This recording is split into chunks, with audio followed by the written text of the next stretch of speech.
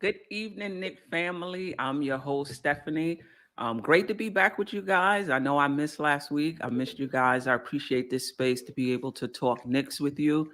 We got a good one tonight. After we break down the Knicks games last week, each panel member is going to play GM. And we're going to talk about our direction for the team, what we would do, who we would trade, who we would keep. It's going to be a lot of fun. Last week, the Knicks were 1-2. We lost to the Golden State Warriors. We lost to the Boston Celtics. We beat Houston. I don't know if I want to brag too much about it, but the way the Knicks have been playing, listen, I'll take what we can get.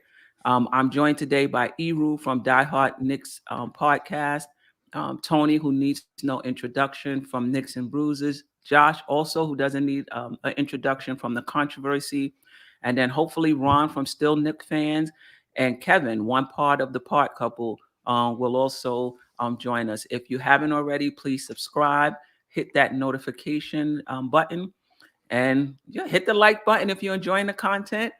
Hit the dislike button if you're not. As long as you're engaged, that's the most important thing. Fellas, how are you? Let me get everybody over. How's it going, fellas? Peace, Queen. What's going on? What's happening, Queen? How you doing? I'm good. I'm good. I appreciate you guys. 1 week off, and I actually missed it. I actually missed it. I tell you one thing I did have to do. I had to take a little break from Twitter. It's getting mad toxic. It's getting mad toxic on Twitter, So I had to take a break from that. But other than that, I'm good. I saw you guys earlier. That was a fire show as well. You guys really got into it. I don't know if I need to cover any of that, but you guys did a good job. Eru, how you doing? Not too bad, man. I gotta hit up Evergreen for some music, man. I like the intro you got there. It's really nice. That's a great job. Yeah, Yes, that's awesome. Doing his thing behind the scenes. All right. So let's do the weekend review real quick. I'm not gonna go through all of these stats. I'm just gonna show them just so you guys can just to refresh your memories, and then we'll talk about some storylines from last week. So really quick, we played the Golden State Warriors. That was a loss. 3 players were out due to health and safety protocols, RJ, Obi, and Grimes. We came into the game, coming into the game, the Knicks had lost 3 straight and 6 of their last 7. Curry broke the all-time record for threes, passing Ray Allen early in the first quarter. The Knicks didn't appear to be distracted, though. They hung in there. Randall had a monster third quarter, but we couldn't hold on. Golden State by 9. Then we played Houston. 4 players out, right? RJ, Obi, Grimes, then Knox was added to that. Coming into the game, we had lost 4 straight, 7 of our last 8. Rockets were also shorthanded. McBride, 15 points, 9 rebounds, 4 steals, 0 turnovers, and close to 36 minutes. He started in the second half because Rose couldn't go due to, I believe it was an ankle injury. IQ with 7 threes, Fournier with 23 points. Mitch with 17 points, 9 rebounds, 3 blocks. Really looking spry in that game, like his old self. I mean, we snapped the 4-game losing streak with that win. Then on to Boston. They were without Grant Williams, Al Horford, Dennis Schroeder. It's like every game we added somebody else to the health and safety protocol. That game we added McBride and IQ, and then Rose was also out due to an ankle injury. Kemba started, and Kemba and Fournier carried the Knicks with 29 and 32 points respectively. Fournier with his second 20-point game for the Knicks, which is what we were looking for from him, in my opinion. He had his second 20-plus point, I should say. I'm sure it felt good for Kemba to show everyone he could still have performances like this. Mitch didn't have a statistically great night, but it was just good to see him running the floor, not falling down and hitting the ground and things of that sort. It looked like he lost some weight. So he's looking better. We were close in the fourth quarter, but eventually lost the game. Right now, the Knicks are 13 and 17. 12th in the conference, and just 2-8 over their last 10 games. Going back to the fellas, anything stick out to you guys about last week, player-wise or team-wise? let me start this off. So you know how on I don't know sci-fi or whatever channel it is, they be like Shark Week. Well, this was COVID week for us. And it started back the game before this week, where you had two guys out from COVID, then three guys out, then four guys out, then five guys out, like and it kept happening after either a career game from these guys or a season high game from these Right. guys, Right. uh, back to back to back to back 5 times. That was the story of the week for me personally. But on a positive note, like I said, career numbers from guys and Right. also season highs from guys, all across the board, and guys that that mentality of next man up or stay ready and be ready. Like we Hmm. saw it all week long. Next guy up, I play my best. I get COVID. Next guy up, I play my. You know what I mean? So I mean, in a sense, that was a positive for guys coming in, being ready, showing that they can be willing and good participants on this team, on Hmm. or at least on a team for them personally. Yeah. Yeah. I ju- And, I'm mhm. gonna. I'm sorry, Queen. I just want to add Okay. also. We don't really know if they actually caught it. Right? It's just health and safety protocols. Maybe they came in Mm. contact with somebody. But the big thing for me that the Knicks are not at that level of Golden State. Obviously, when you play a team that's firing on all cylinders like that, it's gonna be really tough to beat those guys. And we still almost, we kept the game close. You know what I'm saying? So I think Right. if we had all of our people there, we probably could have done a little bit better. The same with Boston. We were missing 5 players. I think was the graphic. The graphic showed there, and that game was really close. We actually took the lead in the second half, right? So Mhm. again, it's just us, being able to get all our guys back in the rotation and the flow of things, and hopefully we can be able to turn this season around. I don't think it's too bad. A lot of Knicks fans might make it seem that way, but I don't think it's too bad. Yeah. Wow. Anything else? Erul, Ron, welcome, Ron. That stood out for you for this week. Well, I agree with Josh, man. Josh, everything he said. I feel like that everything on paper, scoring wise and everything else that we do as a team, I feel like that we doing just enough to that we should be winning. But we just can't figure it out, man. It's a lot of side stuff, I guess, is happening that's screwing up the whole pot. Making it bitter, man. But I think we still, on paper, we still can figure it out. But I just don't know what's it gonna take to get it together. Yeah, I Yeah. was just gonna say, I think this week has been kind of tough. So it's just a lot of disappointment. I like to say it's all about a player having a good game, and then we get hit with the whammy. That plays Right. out. So like that's Right. that's Right. the to me that's what stood out. Guys are having career games, and then they get hit with the whammy. So I'm surprised it hasn't hit Fournier or Kimba, but Right. thankfully it hasn't. But that's what I've been noticing. And outside of that, I guess the great play by Kemba and Fournier offensively against Boston. I had a feeling that they were going to come out and do their thing. They did, but it doesn't sugarcoat or hide the same defensive issues that we got as a team.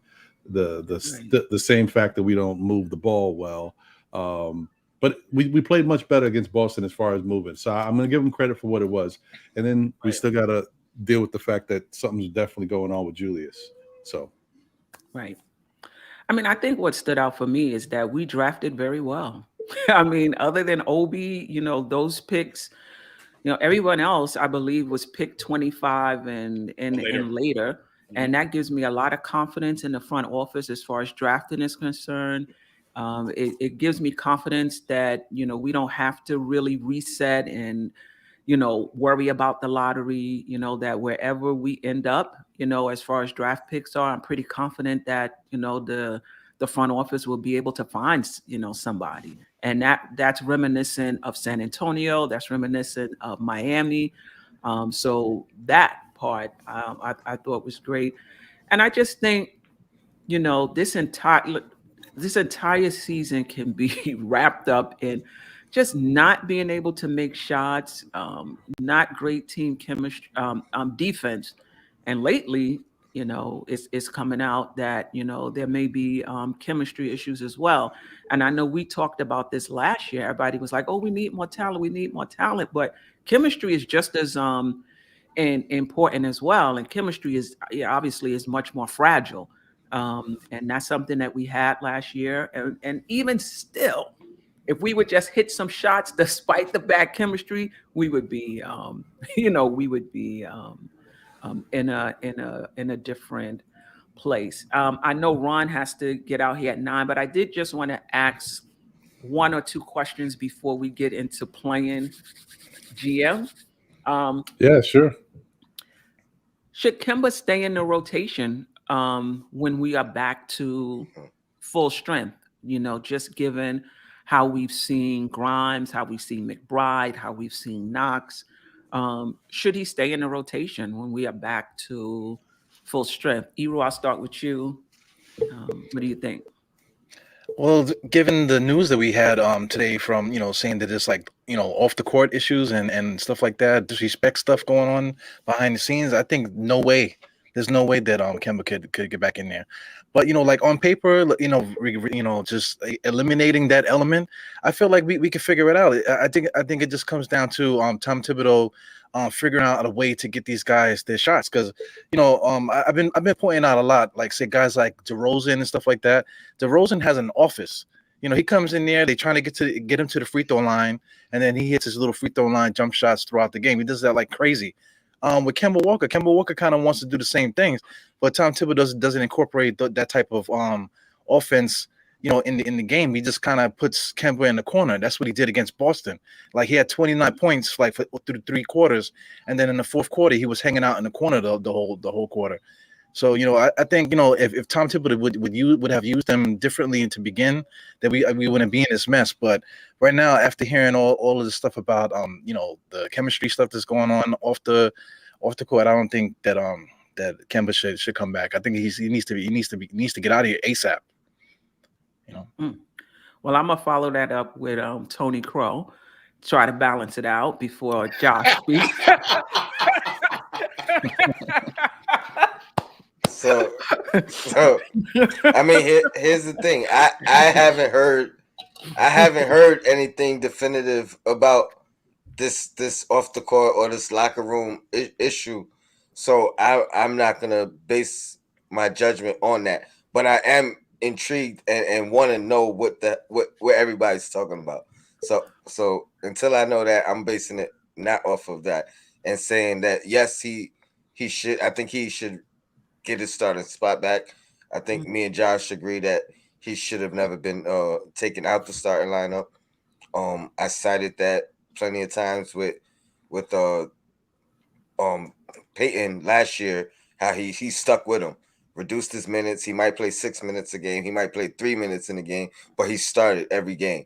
And Tibbs was stubborn and definitive in that sense. So I don't see why he couldn't do that. But yeah, I think that performance he put on, I think that's only going to make it tougher on Tibbs to justify not starting him or amending the rotation so that he could be in the bench and lead the bench and maybe promote a Rose or promote a Quickly, so you don't need the 3-guard lineup.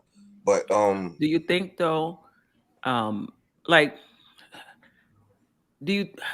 I mean, to me, Kemba and Fournier played well, against Boston. I really wish this was against another team, because I think there was some extra juice against Boston. I think for Kemba, and rightfully so, there was some, extra juice to show that he's still that guy. Even though for me, I never doubted that he can have performances like this. I never thought him coming out of the rotation was because he couldn't play. But does it change your thinking a bit, being that it was against Boston and he probably was a little juiced up?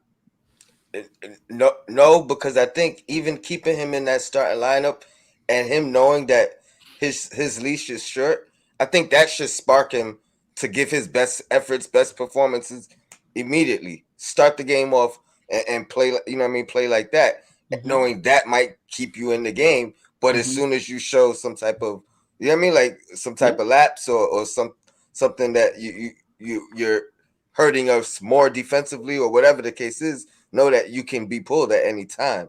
So Yeah, I mean, I'm gonna stick with my original thoughts of I don't think he should have been pulled, and I think that performance is really, if there is a locker room riff, that performance didn't help. You know what I mean? That's only gonna highlight and put a magnifying glass on it. All right. Josh and then Ron, do you think Kimba should be back in the rotation? Answer is no. And it has nothing to do with what Kemba can do on the floor. Like Tony said, we both agree that Tibbs shouldn't have never taken him out the start lineup and taken him out the rotation completely. We both agree on that. But as far as moving forward, no, I don't think Kemba Walker should get his starting spot back or get back in the rotation. One, because I want to see McBride, I want to see Grimes out there. Tibbs is notorious for having shorter rotations or what have you. And two, I just don't like the fact that Tibbs going back on his word and now putting Kemba Walker back in there after saying he was not that guy and then changing up the start lineup again. And then to me, it's just no consistency in that, right? So I get it. I definitely think that Kemba Walker is still a starter in this league. I think that he can still play, right? But I think that bridge is already burned. And just by putting him back in that starting lineup, I think it's more detrimental to the team than anything. So I definitely think that he is he won't be back in the rotation when all the guys get healthy. Okay. Ron? Yeah, I'm in agreement with everybody for the most part.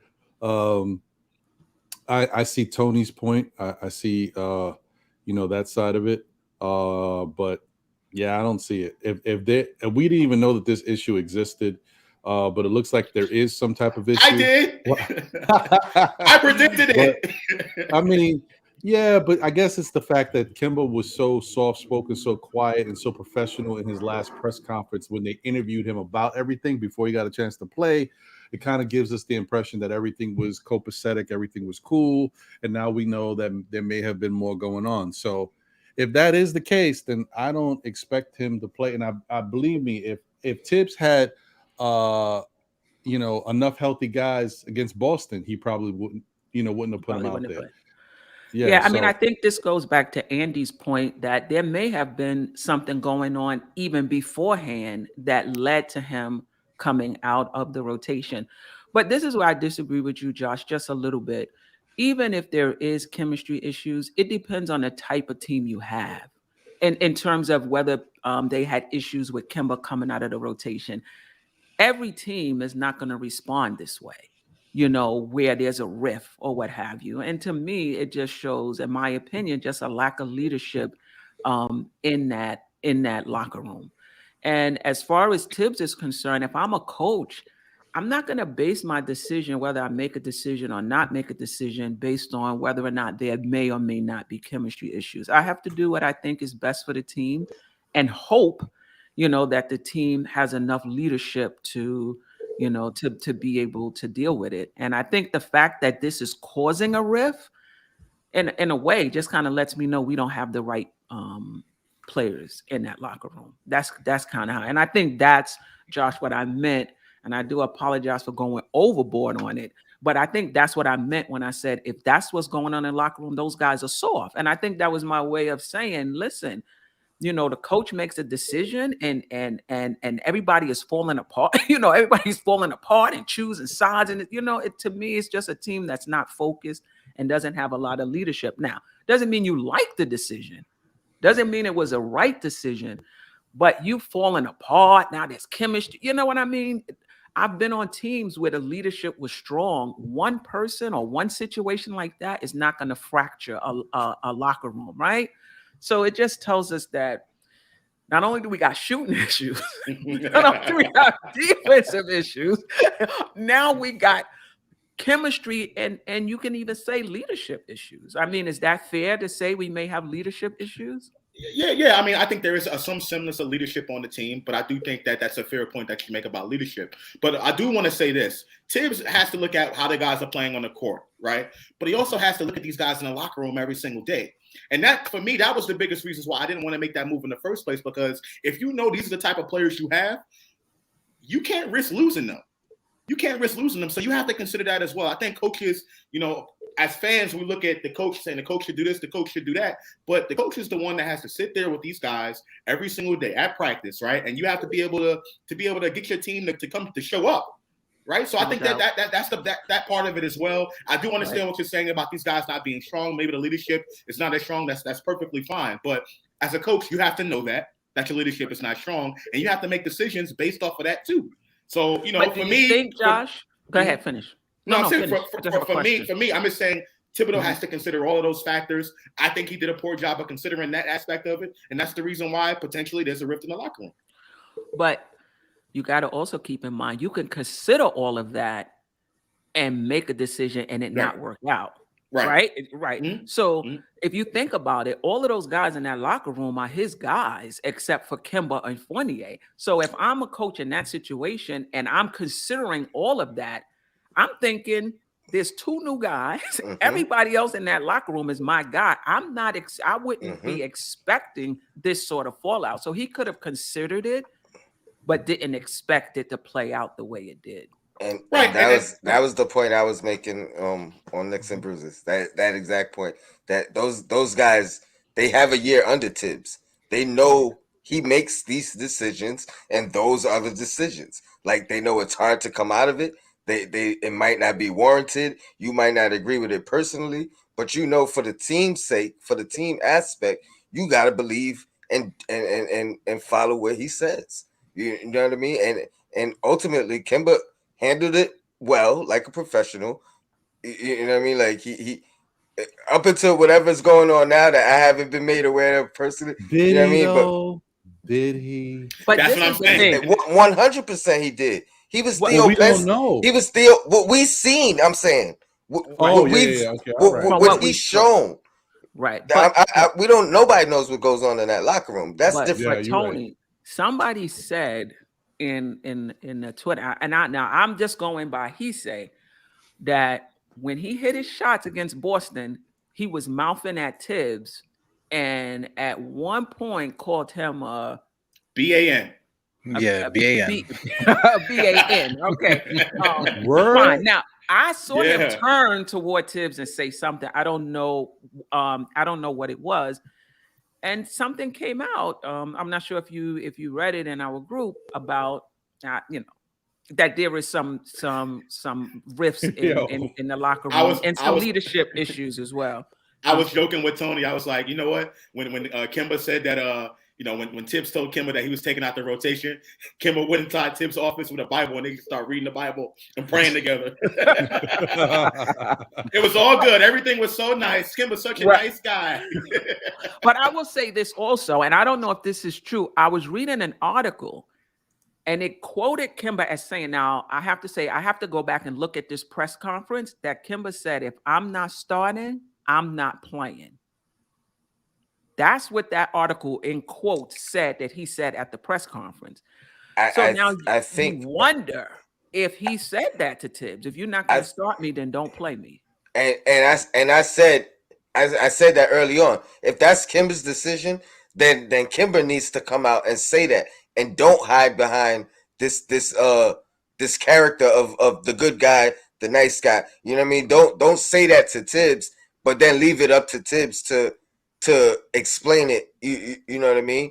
No, I think it was said at the press conference. But when I get a chance, he did say that in his first press conference, talking about the situation, right? Oh, he did. He did say that, but when I heard it, I took it as that's what the situation is, not him saying don't play me. Oh, so maybe I took it wrong then. I mean, whoever you read it from was quoting it wrong. Like it wasn't in context. Taken out of context. Okay. Can I just want to say, and this is why I disagree with you, Tony, because there's been talk about Kemba winning the Teammate of the Year award 3 times or whatever, and all of that. Kemba's going to be a pro. What happens in the media and what happens, when the cameras are rolling and you can see Kemba clapping on the bench? That's only part of it. There's also practice. There's also behind the scenes that we don't know about. I struggle to believe that when Kemba found out that he was taken completely out the rotation, he was like, okay, everything is going to be fine. He wasn't going to be upset. I don't agree with that. As a veteran in the NBA that can still start, and everyone knows that he still can start, there's no way that Kemba's just like, okay, I'm just going to sit on the bench and I'm going to cheer for my teammates and I'm not going to be upset. I think he was upset. But Josh, I think he was upset too. You're making a different argument. I'm only going off what he's shown that you can see. And anybody can speculate about what goes on in the locker room that we don't see about, or at, like I said, at a dinner with the team dinner or whatever. Like, they're gonna be talking and saying how they really feel. All I'm basing it on is what he shows to the general public on the bench, cheering his team on. First guy to stand up at the timeout and tell somebody some, good shot or whatever the case. That's what I'm basing it on. That other stuff, until it comes out publicly, which I guess some of you have read something, you know what I mean? Yeah. Then We did. then I'll base those decisions off that. Yeah, Well, some maybe somebody people, can send it. Somebody, it's in Yes, our, it's in our, it's in the group chat. chat. it's in the chat. I'll look But at it what I right was, now. there's somebody in the chat saying, so basically what's coming out, because somebody in the chat asked, we don't know how true it is that Kemba and Mitch have issues with Tibbs and that they're being very disrespectful toward him in practice, and that the locker room is split. This is just my synopsis of it. The locker room is split in terms of some guys are behind Kemba, some guys are behind Tibbs, and that that's probably have something to do with the way they're playing. That Randall and Rose are not a very vocal leader. So even though they see what's going on, they don't really feel comfortable saying anything because that's just not who they are right now. Um, and that Randall is just stressed out over, what's going on. Whether it's, true or not, who knows? But I know Sim said early in the season that he felt like there was some chemistry issues between, Fournier and Randall. And it looks like it's bigger than that. But to answer the question, I would not put Kemba back in the rotation. Listen, Kemba is not okay. Well, two things. The Knicks right now are not playing well. I don't even think it matters whether Kemba is in the rotation or not right now in terms of where the team is right now. They're just not playing well. I don't think it's going to make that big of a difference whether he's in or out. But I will say going forward, you really want to build, if Tibbs is going to be your coach, you need to build a team that reflects who he is and how he likes to play. And Kemba is just not a Tibbs type of player, right? So I think going forward, if you're thinking long term, he should not be in the rotation. He should not even be on the team. If you're thinking long forward, just in terms of trying to match Tibbs with his guys, I think the Knicks have gotten to the point, and I like this, where they have a culture. Like San Antonio has a culture, like Miami got a culture. It's really young and apparently very fragile, but we do have a culture. And I think you have to, the type of guys. When you think San Antonio, you know the type of guys that's going to go there. When you think Miami, you know the type of guys that are going to go there. And now, if we continue on this road, when you think New York, you know the type of guys that can play here game-wise and attitude-wise. And I'm not necessarily attitude-wise, but game-wise, Kemba is just not that guy. And it's no fault of his own. That he's just not that guy. And we can even argue whether Fournier is that guy, as well. So if we're going to keep Tibbs, this is the direction we're going to go. Give him every opportunity to succeed. Give him his guys. And if he falls on his face, then that's a whole different story. Any other comments on this or last week? I think we'll eventually find out what's going on. I mean, we still have to wait until the season's over for us to be able to find out what truly happened. But I really think that there is a rift in the locker room, and the faster Kemba Walker is out of here, the faster that rift will be over. I'll say if we have some time at the end, we could revisit. we can because I want Ron to get a chance to to present his team right before we have to go. And just real quick, a salute to the chat: Marcus Miller, Canal Band Lawyer, Johnny Davis, J. Rue, Chop Low, all of you guys. Really, really appreciate you, and looking forward to your input after we go over these teams. All right, so we will double back if we do have time. So, Ron, let me just set this up. Right, you are the GM. You are tasked with leading the Knicks from this day forward. We will assume that the rest of the front office is in agreement with your moves. and you are presenting it to the fan base, the season ticket holders, which is us, at a private event, and we will have questions for you. Oh Right. boy.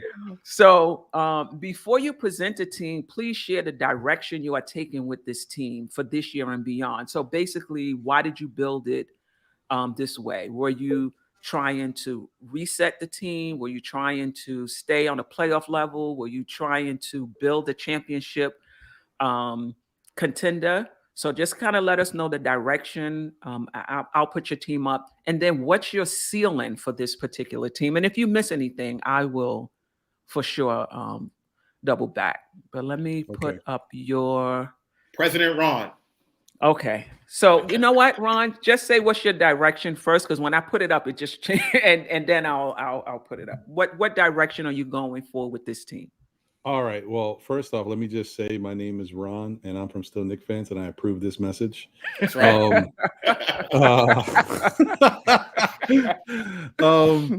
Now, personally, I've seen. I think I've seen enough of this team for what it is. I'm not happy with the current direction we're going in. There's a lot of changes that could be made. You can take it tons of different ways. But when I look at the overall picture of this team right now, I don't see us going anywhere this year. I don't see us going anywhere next year.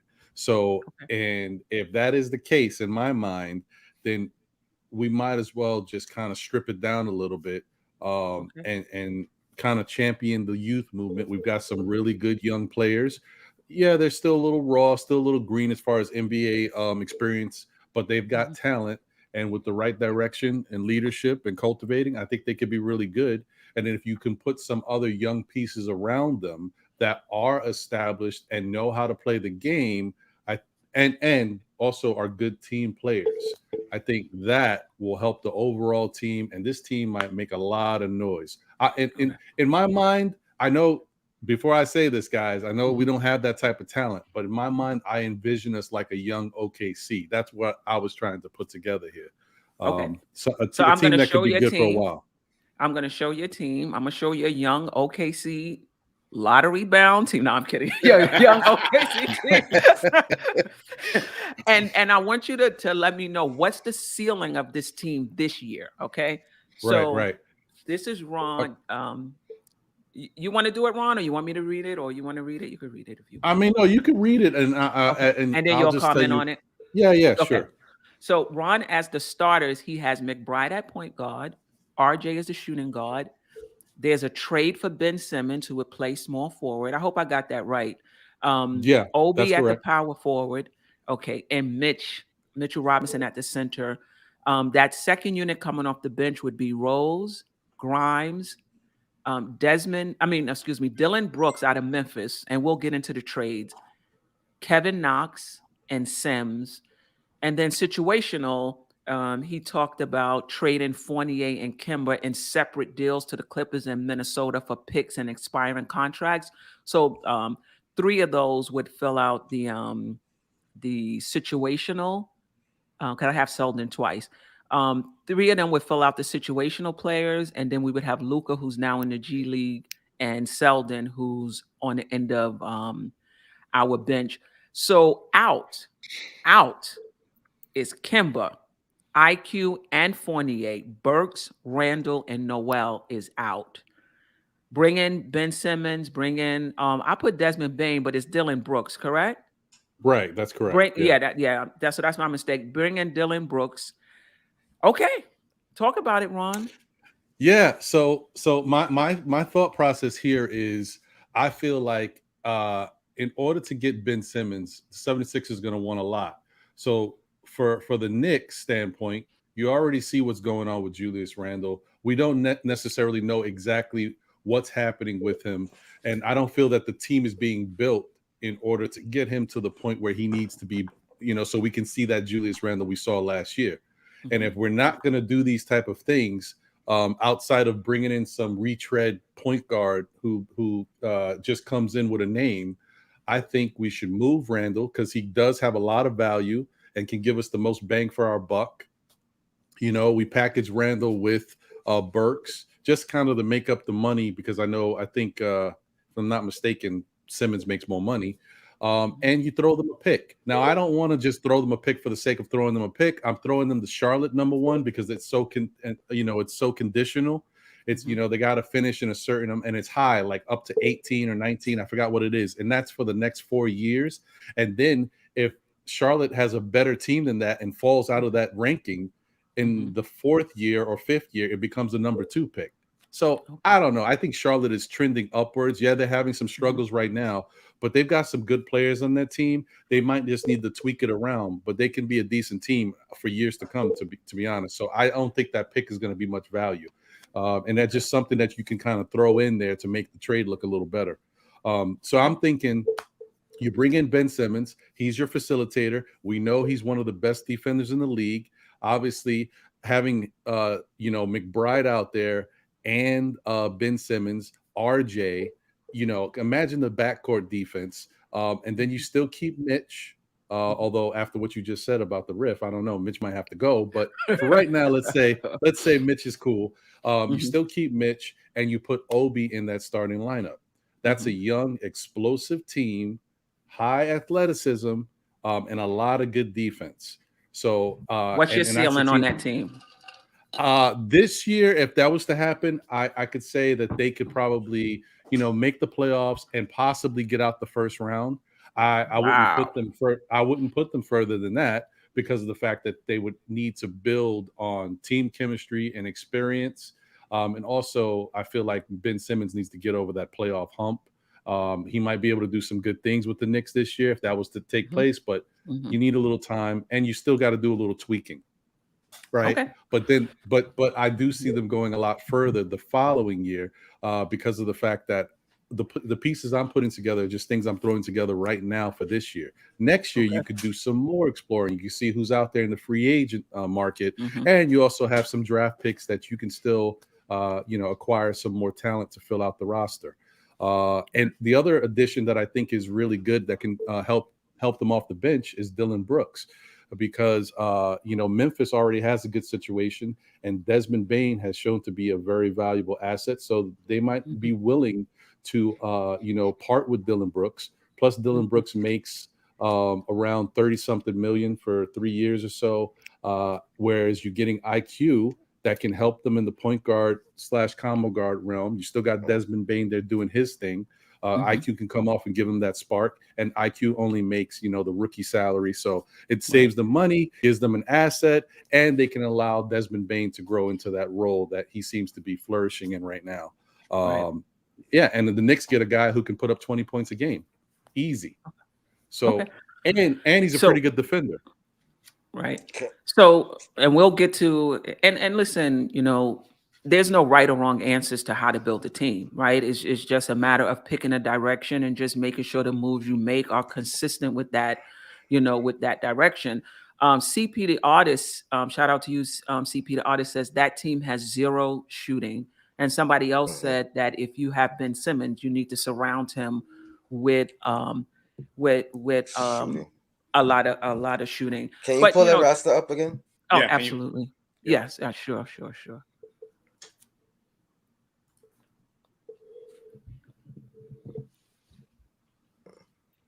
Okay. Well, I mean, when you look at it, just to point to what CP said, I don't. You're looking at this team as a NBA team. You got to understand. If I'm building a team, I'm not building it around today's NBA. So I don't care if there's not a lot of shooting around Ben Simmons. I look at it like I want ball players who can play ball. So I want them to attack the basket. And I want my bench to come into the game shooting. You got improved 3-point shooting from Rose. You got a gunner in Grimes, a gunner in Brooks, a semi-gunner in Knox. If you give him the opportunity, he can shoot the rock. And your big is the only guy who's not a shooter off the bench. So there's 4 shooters coming in off the bench, as well as I said, you don't know what's going to round out the rest of the 15-man roster. And I think in this type of team, I'm envisioning them going 11 deep, maybe 12, but definitely 11 deep. That 11th person being Luka, who is a good offensive player who can shoot the rock. So the shooting is there. You may not see it in the starting lineup, but I don't want the starting lineup to play that way. That's how I envisioned it. Right. And who's your coach for this team? Because I would take it that it Absolutely, would you not, got to trade would not trade be the coach. Tibbs. Yeah. No. My coach is Kenny Atkinson. Yeah, Okay. that's my coach. So I mean, the only thing I would say is that you got a young team, you're resetting, but you have your ceiling as the playoffs in that first year. for the first And year, I just, right? yeah, I just think that with that team, if you're resetting and you're going young, I think the playoffs may be a hefty, a hefty goal. But I guess possible. Somebody else had a question, Josh, or You comment? stole. Oh, Go ahead, Josh. Well, I wanted to make a comment real quick. I listen. I like Dylan Brooks. I think he'd be a great player on this team. I like his defense. I like what he can do with regards to scoring. And I can say enough about how I feel about Ben Simmons. I really think he can help this team too. The questions that I have in regards to what you want to do, first and foremost, the Clippers, right? You said you want to trade either Fournier or Kemba to the Clippers for draft picks and or expiring contracts. The Clippers don't have any draft picks. The Clippers don't have a first-round draft pick. I think the next time that they have a first-round draft pick is like 2026, and that's due to the Paul George trade. So right. I don't think they have enough draft picks even sent to us. And in regards to expiring contracts, the only thing that they have expiring is Serge Ibaka at $9 million, right? So that's the only expiring contract that they have. Minnesota, on the other hand, I think Minnesota does have some picks built up, so we might be able to do something with that. So I think, I definitely would consider that as well. But you got to ask yourself, is Minnesota willing to take on Evan Fournier's contract for the long haul if they're already trying to get rid of Karl Anthony Towns and his contract? So that I have a question mark with that aspect. I see what you're trying to do, but I just don't know if the other team would be willing to do that. Also, in regards to, I can say this, all day. I don't think that trading Randall for Simmons actually makes the team better. As far as their ceiling, I think the ceiling is still going to be the same. I would want to keep Julius Randle around and have Ben Simmons come play with him. And in order to make that trade happen, we have to get a third team involved that's willing to shed some salary cap. So I think there's that. But I have no problem with Dylan Brooks as a player or Ben Simmons. I really like those guys. I think they fit what Tibbs is trying to do. And yeah, but I have no other problems with your lineup. Yeah, I agree with Josh, man. But it's definitely the coach, because Tom Thibodeau's not going to run with that team. We're gonna have to bring Pat Riley from the Lakers out there to get the Showtime, running gun style. Because I think that team will be a really good team running the basketball. I think that will be the bread and butter of that team. Right. Johnny Davis, Ron, I agree with you. We have a unique team of young players. Ceiling ? With Ben Simmons. The Knicks are in the basement. Okay, so CP the artist. I take it you're not a Ben Simmons fans, but yeah, like I said, there's a lot of young players on this roster, and I think this is what the Knicks are tasked with. Are we going to reset, or are we going to build based on where we are right now? And resetting is an option. I don't know if Dolan is ready to reset. But it is an option.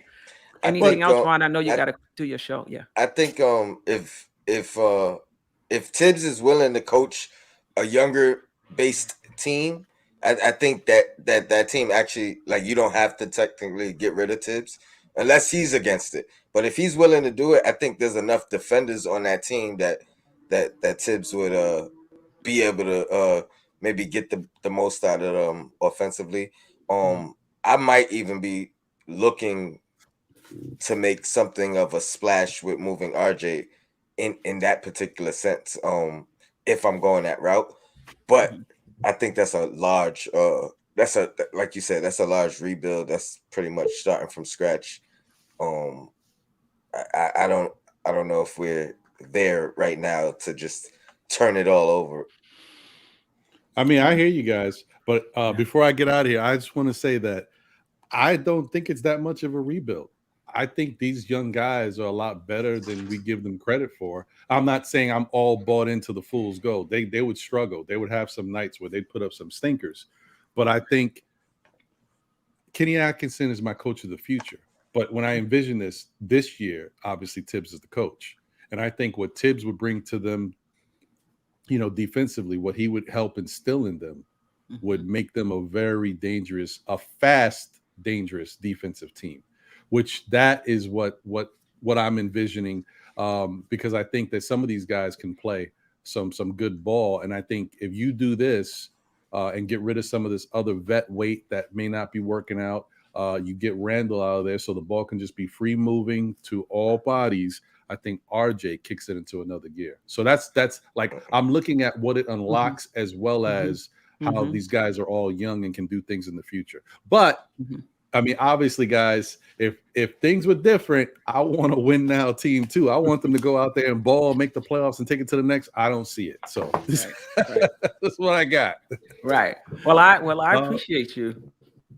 And I appreciate the work you put in to come up with it. And just like we said, there's no right or wrong answers to building a team. It's just picking a direction and being consistent with it. yeah, yeah. I'm with you on that. And I do got to get out of here, but I Yeah, appreciate y'all. Thank y'all for of course. hearing me out. CP, the artist, respectfully told me to stay off the drugs. I hear you. I'm about to have some more of it for my show. So,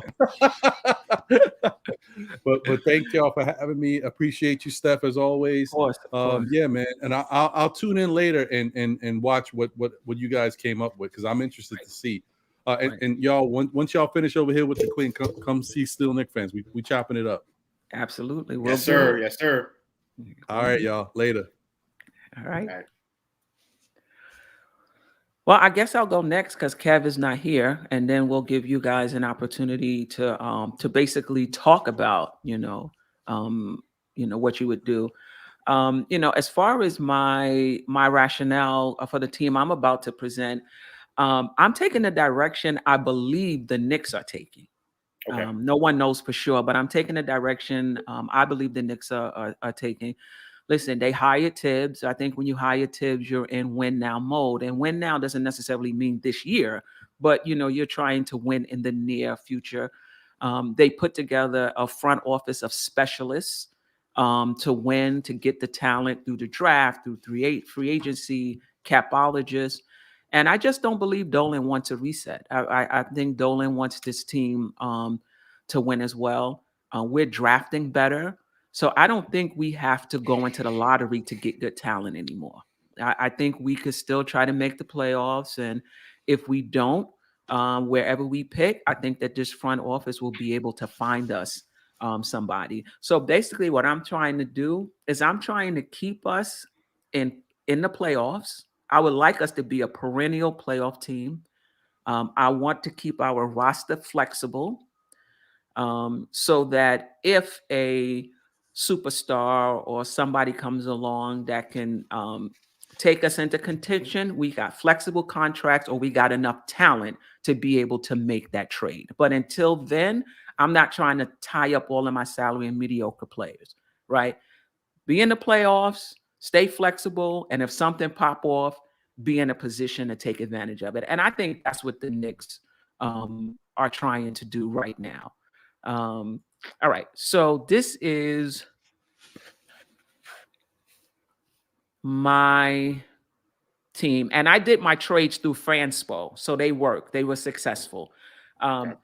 I have Jamal Murray out of San Antonio at the point guard, Grimes at DeJounte the Murray. DeJounte Murray. What did I say? You Jamal said Murray Jamal. from Denver. That'll work too. If he's healthy. Jadante Murray out of San Antonio, Grimes as a shooting guard, RJ Barrett, small forward, Randall, power forward, and Miles Turner from the Pacers at center. I have Rose, IQ, Burks.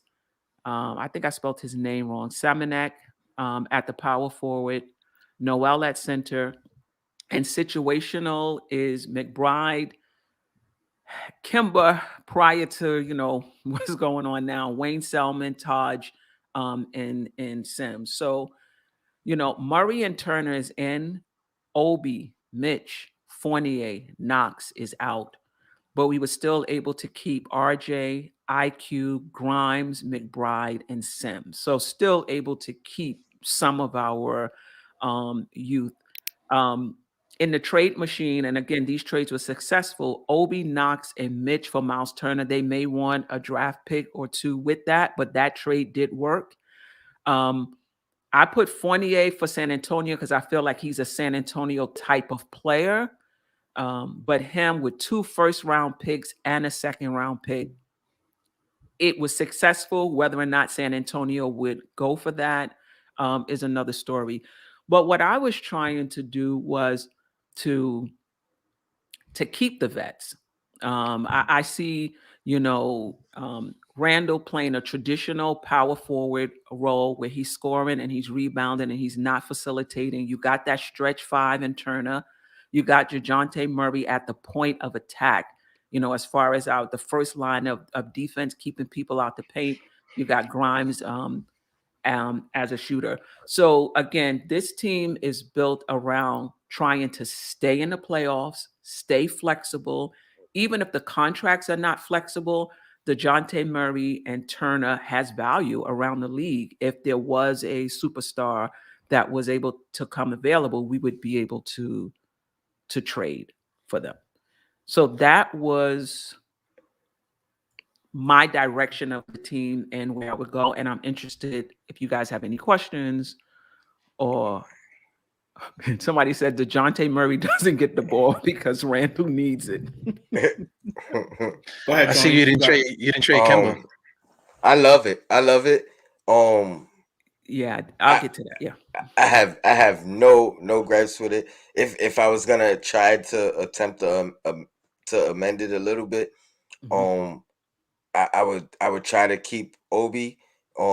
Maybe throwing picks in the place of Obi to keep him if Mhm. that works, and even Mhm. if Kemba fits in that place, to what I mean, to shed him and get rid of him somehow. That's the only amendment I would attempt to do. But Right. I love it all around. Can you pull it up real quick and I talk behind it? Sure. Let me get to that. The only reason I put Obi in, I just think that he's going to be stuck behind Randall. Randall. I mean, he's been stuck behind them, true, but he's also improving enough to spell him, and he's gonna need to to to spell some minutes. Somebody is, but Mhm. yeah. Even if we didn't do that, even like exactly the way it is, I definitely I really like what you did, and the fact that it works with the money all across the board. I think that's great too. Now, I whether agree. they accept it, it works in Yeah, the yeah. machine. I mean, But whether they I accept mean, it, but I agree 100%. I think Fournier is a San Antonio type guy. You know what I mean? No shade on European, but they tend to thrive there anytime they're there. So, and he's experienced in the sense that, um, if what's the coach name? If Pop is there long term still, I think he would fit perfect right there. So yeah, I would give this an A+. and then I also thought about the other team.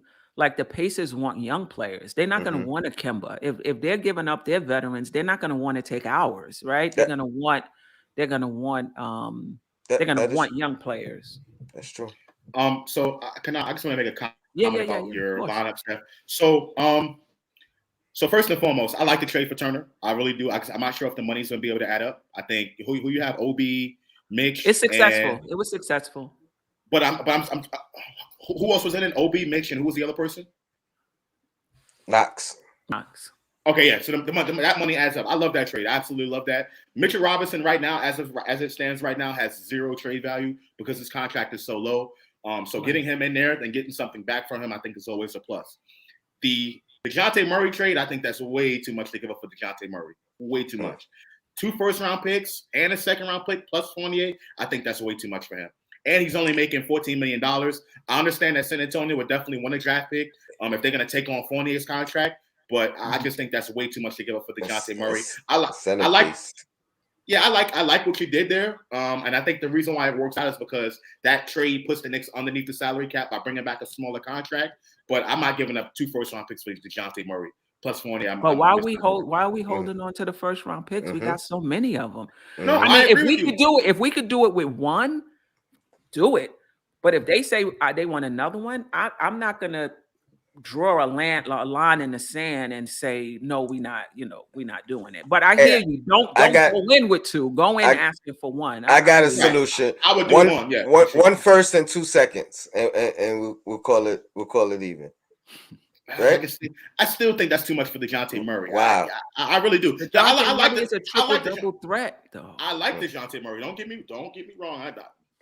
I like DeJounte Murray. I think he fits this team. But again, I just don't know if I'm willing to give up Evan Fournier and 3 picks for DeJounte Murray. I'm just not willing to do that. Well, picks aside, I think like offensive wise, this is a Tibbs team now because you got somebody that could defend at the point guard spot, and then you eliminate Fournier, who was a problem, and you bring in who was the other person that you brought in, Miles Turner, right? So you get the stretch 5 that Tibbs wants. You still get a defender inside, so you basically get everybody, the 2 spots that that Tom Thibodeau wants to change here because Kemba Walker's not the guy. And whatever. So what's up with Kemba Walker? You didn't do anything with Kemba Walker. Yeah, because I didn't think. Well, I'll do what Ron did to the Minnesota Timberwolves for expiring contracts and draft. They got a few. You know, I just didn't think that Indiana would take them. I thought that they would want young players, and I wasn't sure if San Antonio was taking it, and I was just trying to be realistic for the other team as well. But we can buy him out. We could trade him for expiring, for draft picks or what have you. But I just didn't think that he would work for those 2 teams. Yep. Yeah, I mean, I'm just looking at for the other teams, how they want to take on those contracts. Mitch is expiring. Kevin Knox is expiring. In order for the Knicks to move Obi, they would have to pick up his next year team option, which I think he'll be making like $8 million or something like that. So I think they'll definitely take that. But to get rid of Miles Turner, I think Indiana will definitely do that trade. Now, and they have flexibility, right? Because they don't have to. If they want cap space, right, they don't have to re-sign those guys. Well, in order for the Knicks to move Obi, they will have to pick up his option just for next season. Right? Why? No, not Obi. I'm talking about Mitch and whatever. Would the Knicks have to? No, I don't think the Knicks will have to do anything with them, right? Mitchell Robinson doesn't have a next year team option. This is his last season, and he's not coming back to the Knicks. And that's why I said that Mitchell Robinson really doesn't have any trade value because why would a team really trade for him if they can go get him in free agency? Right. Because he doesn't have any trade value based on his contract. Knox he doesn't have a team option next year, so that money's coming off the books no matter what. That's almost $9 to $10 million right there that comes off right there. Obi, they would have to pick up. If Obi's traded, doesn't the other team get to choose whether to pick up the option or not? In order for the Knicks to move Obi, they have to pick up his team option for next year in order to move him. That's a CBA thing. You have to. You can't trade him during this rookie deal. You have to pick him up for the following season. Mm-hmm. Yeah. So, but for Mitch and Knox, they don't have that option for next season. They're done, and they're not going to be Knicks next year. So I agree that I would want to move Knox and Mitch to try to get something for them because as of right now, they really don't have any trade value. At least Mitch doesn't. Knox maybe, but not Mitch. Mitch has been looking better lately, though. He had he lost some weight. He had me dreaming again that just maybe, he might become something. That's still my guy. Yeah. I don't see him in a Knicks uniform next year. I just don't. I don't. I mean, I don't see him finishing the season actually, if they make any trades. Wow. Okay. All right. I know you guys don't have any slides, but if you want to talk about, what you would do, what direction you would go in. Oh, and the ceiling on this team, I think this team would be right in the mix. As far I think this team would be 3 through 6. In the playoff, in the playoff hunt. All right, maybe 7 or 8. But I just think with a stretch 5, with a point guard that can play Tibbs type of defense, and hopefully the chemistry would be better. I just think that they would be a perennial playoff team. Yeah, and I think that those contracts. Yeah, and those contracts are movable. If somebody big comes along, they have value. I think that's a 6 seed in the East. Especially if we would start they were 4 games under 500. Yeah, I still think that team could reach 6th seed in the East and be a perennial playoff team. Yeah, I really it like saves them. the season to me. I think because I mean it just stops the bleeding. Right now we got these guys that are kind of seeping the energy out the team, and you basically put gauze on everything. So we should be able to make the playoffs with that group that you put out there. Yeah, I just want to say because Jay Ruse said that Mitch still has some value. I'm not talking about Mitch playing, him being 20 and 10 and all that. I'm not talking about that. 20 and 10 is a lot, but I'm not talking about what Mitchell 10 Robinson's and doing 10. on the floor. Yeah, I'm not talking about that. I'm talking about his contract. He only makes $2 million, right? And it's an expiring contract. So why would a team in their right mind go trade for a guy that they can attempt to go get in free agency? That doesn't make any sense for him. That's why I said he doesn't have any value. You can't really put him in a deal as a contract filler because he doesn't make enough money, right? And and that's why I think a draft pick is going to have to incentivize them. Right. So I would give Indiana a draft pick to go get Miles Turner. I would do that to incentivize them to go ahead and make that trade.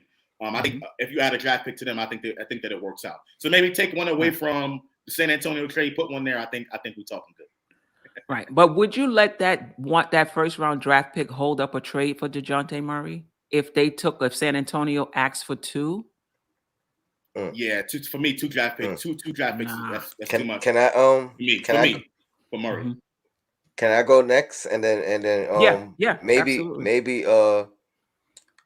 maybe Josh will do this instead of that holding out the instead of the Murray trade. So I was unprepared. I just seen it like about 5 o'clock what you were doing, so I didn't And even bother. I was gonna text you, but I was like, yeah, I don't want to It's intrude if you saw it and wasn't interested. Oh no! I'm always interested, Queen. Always interested. I didn't. I thought I might have been too late, basically. So I wasn't trying to give Right. you work to do when you might have been done. So what I came up with and I'll be brief because I have 2. I have a swing for the fence, and I mentioned it in the past. So I'm gonna start with that one, and that's the John Wall trade, Kemba Walker, Fournier, whatever it really takes to match up the salary wise. I think maybe they do it, maybe they don't. That's the question. But I think at this point, it doesn't hurt to try to swing for the fences. They already have the Kentucky connection, so maybe You said John Wall? Yeah, John Wall. Okay. And I don't think we have to really. I don't think they dictate who they get in return because they kind of want to get from under that contract anyway. So I think we have the terms of whatever we have to do, whatever we want to give up that matches that salary. We could dictate those terms. So and obviously I don't have the exact players and the salary caps, but I think we can make that work relatively easily, and then kind of just see how much of his old self he could be. I know that scares you, Queen, with injury history and things of that nature. But I think what we can do ultimately is have a starting point guard, a true point guard, true facilitator, a big guard, which Tibbs likes, a better defender, still gives you the offensive numbers, even if it's not of his 20 points a game. If it's just of last year when he played last year, those numbers, I think that is suitable. My other trade, which I also think is could be very likely, won't cost us much. It puts us back in position to kind of where we were last year, but a little bit more stability. And again, I don't think it costs much. Um, not whatever it takes, but if it takes a first, or if we could finagle less, but a first round pick for Cam Reddish. Get Cam Reddish in here. He could play defense. He could shoot the ball. A young guy that we could continue to build and watch grow. Fits with the timeline of these young guys. I actually like him to what Bullock did last year. I think he could fill that role to a T and have potential to grow and be better.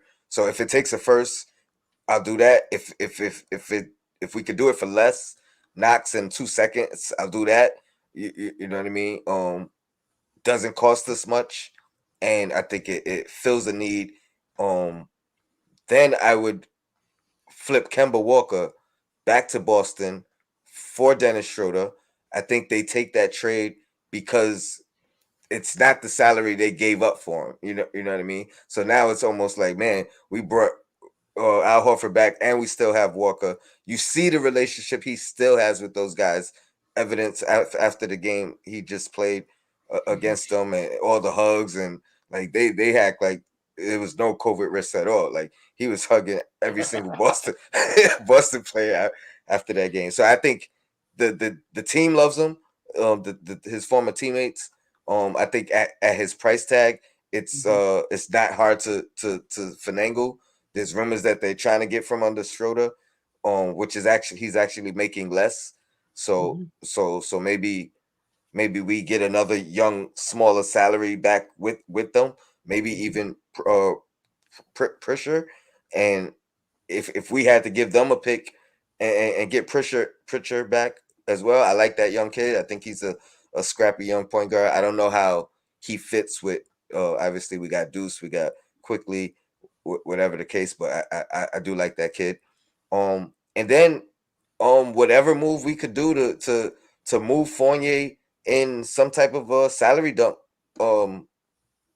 move. I mean, if we don't move him, we don't move him. I don't think we have to. Maybe we put him on the bench and tell him, hey, now you need to be yourself. Like, you know what I mean? Be aggressive, score. You don't got to worry about somebody positioned ahead of you in the pecking order. And start Cam to fill that Bullock role of last year. So now we got a defensive wing, a defensive point guard, which we were missing last year. Which we had last year, but both those guys I think are adequate enough offensive players that we could at least be in the position of last year, but with room to continue to grow going forward. Well, that was my question. What's the direction you're having with this team? Are you I resetting the team, playoff team, I think championship contender? I think it's similar to your team Mhm. that you constructed. I think your team is a little bit better. I think Murray has a brighter future than a Schroeder per se. I like Schroeder. I didn't make a move at that center position, so I still like. I think your team is ultimately better than the team that I'm talking about, but I think it at least puts us in the playoffs. I think we might have to fight our way into play in with this little hole we're in right now. But I think even going forward though, it's a perennial playoff contender. Maybe not guarantee. Maybe it's play in and better. But I think we could continue to grow and build and let this team grow organically. So everything you said is this the same? This all the same moves in one shot? Everything that you said, or is this like two different scenarios?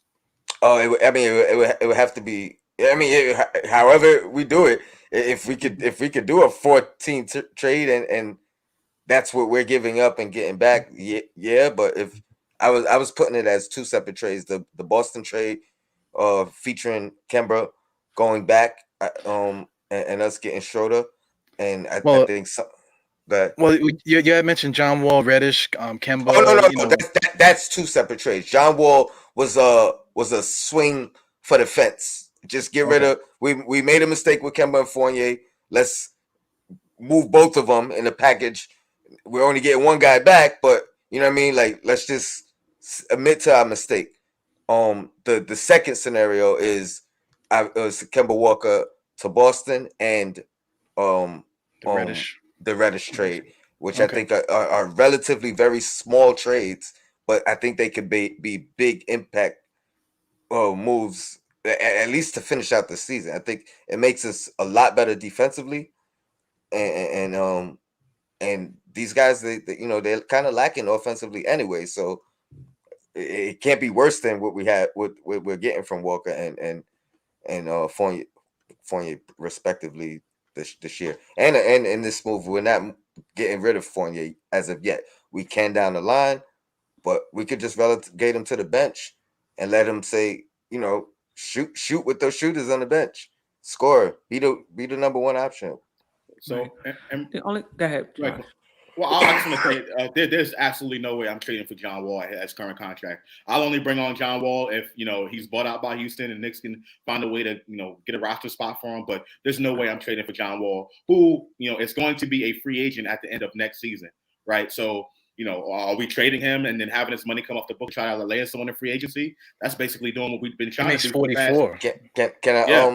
Can I just don't be surprised though if he's willing to do the same thing that I predicted Chris Paul do and not opt into his contract next year and take a longer term deal for 3 or 4 years. So that would be my thinking. I think he's willing to do that, especially if a team is willing to guarantee it to him if he opts out. So rather than 47 million for 1 year, we're giving him 60 or 65 for 3.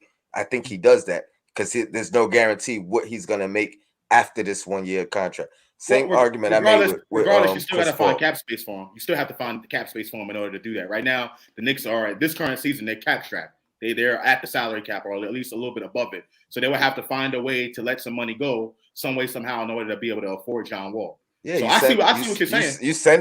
You send in Fournier, you send in Walker. You after that, you only need about 10 million. We got 3-4 players to make it 9 million. No, you need 20. You need like almost 15 million. 15 million because I think Walker makes like 8, close to 9, and then Fournier makes 17. So you still got to cover for like about 15 million. Yeah, I mean you can make it work. You can still do that with 2 other players that.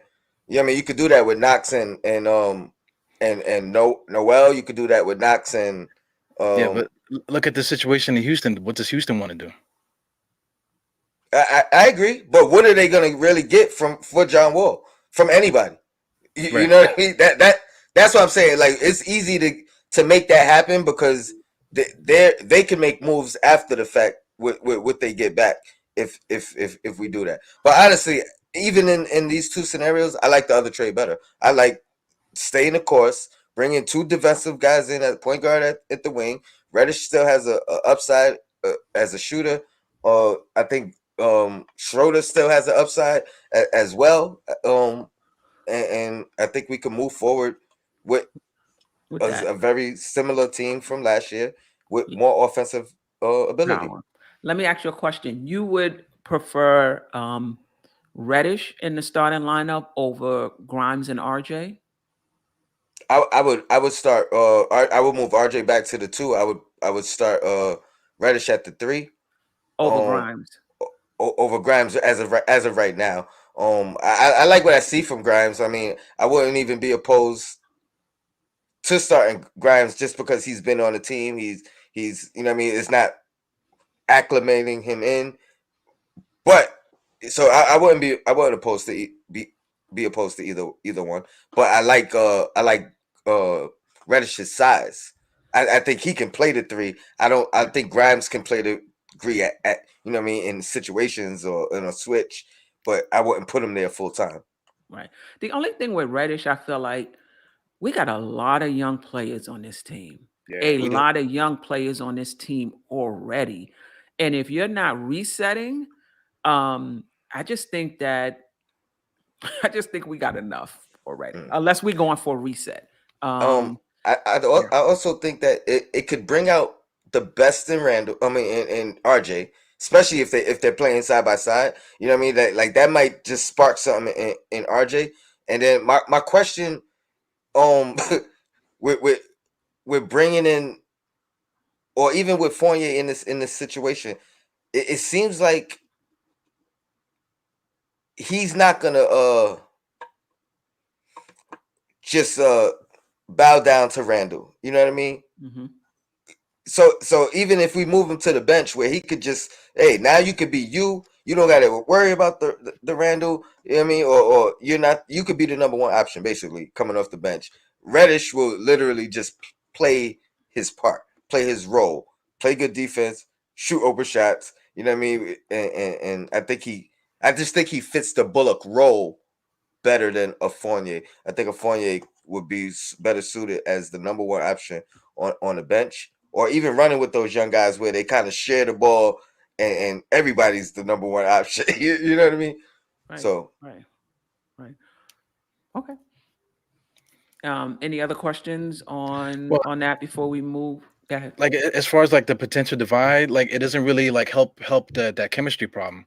Whatever chemistry problem we were having, because I guess when I'll go, I'll explain what I'm talking about with that. But I don't think it fixes that. It just by getting Reddish there, now it gives RJ another ally in the locker room, and then Mitch is still there. You know what I'm saying. And then now Schroeder's there.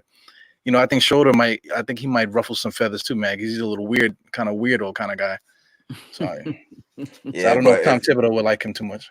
but if we're playing defense, I think we winning games. Yeah.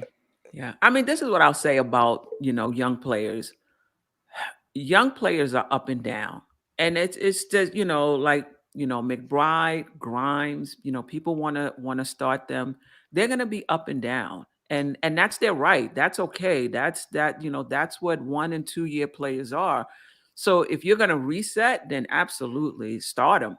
If you're not gonna reset, I strongly believe you should have vets and you should have those young players in supporting roles. That now, I'm not saying they shouldn't be in the rotation, but they should be in supporting roles.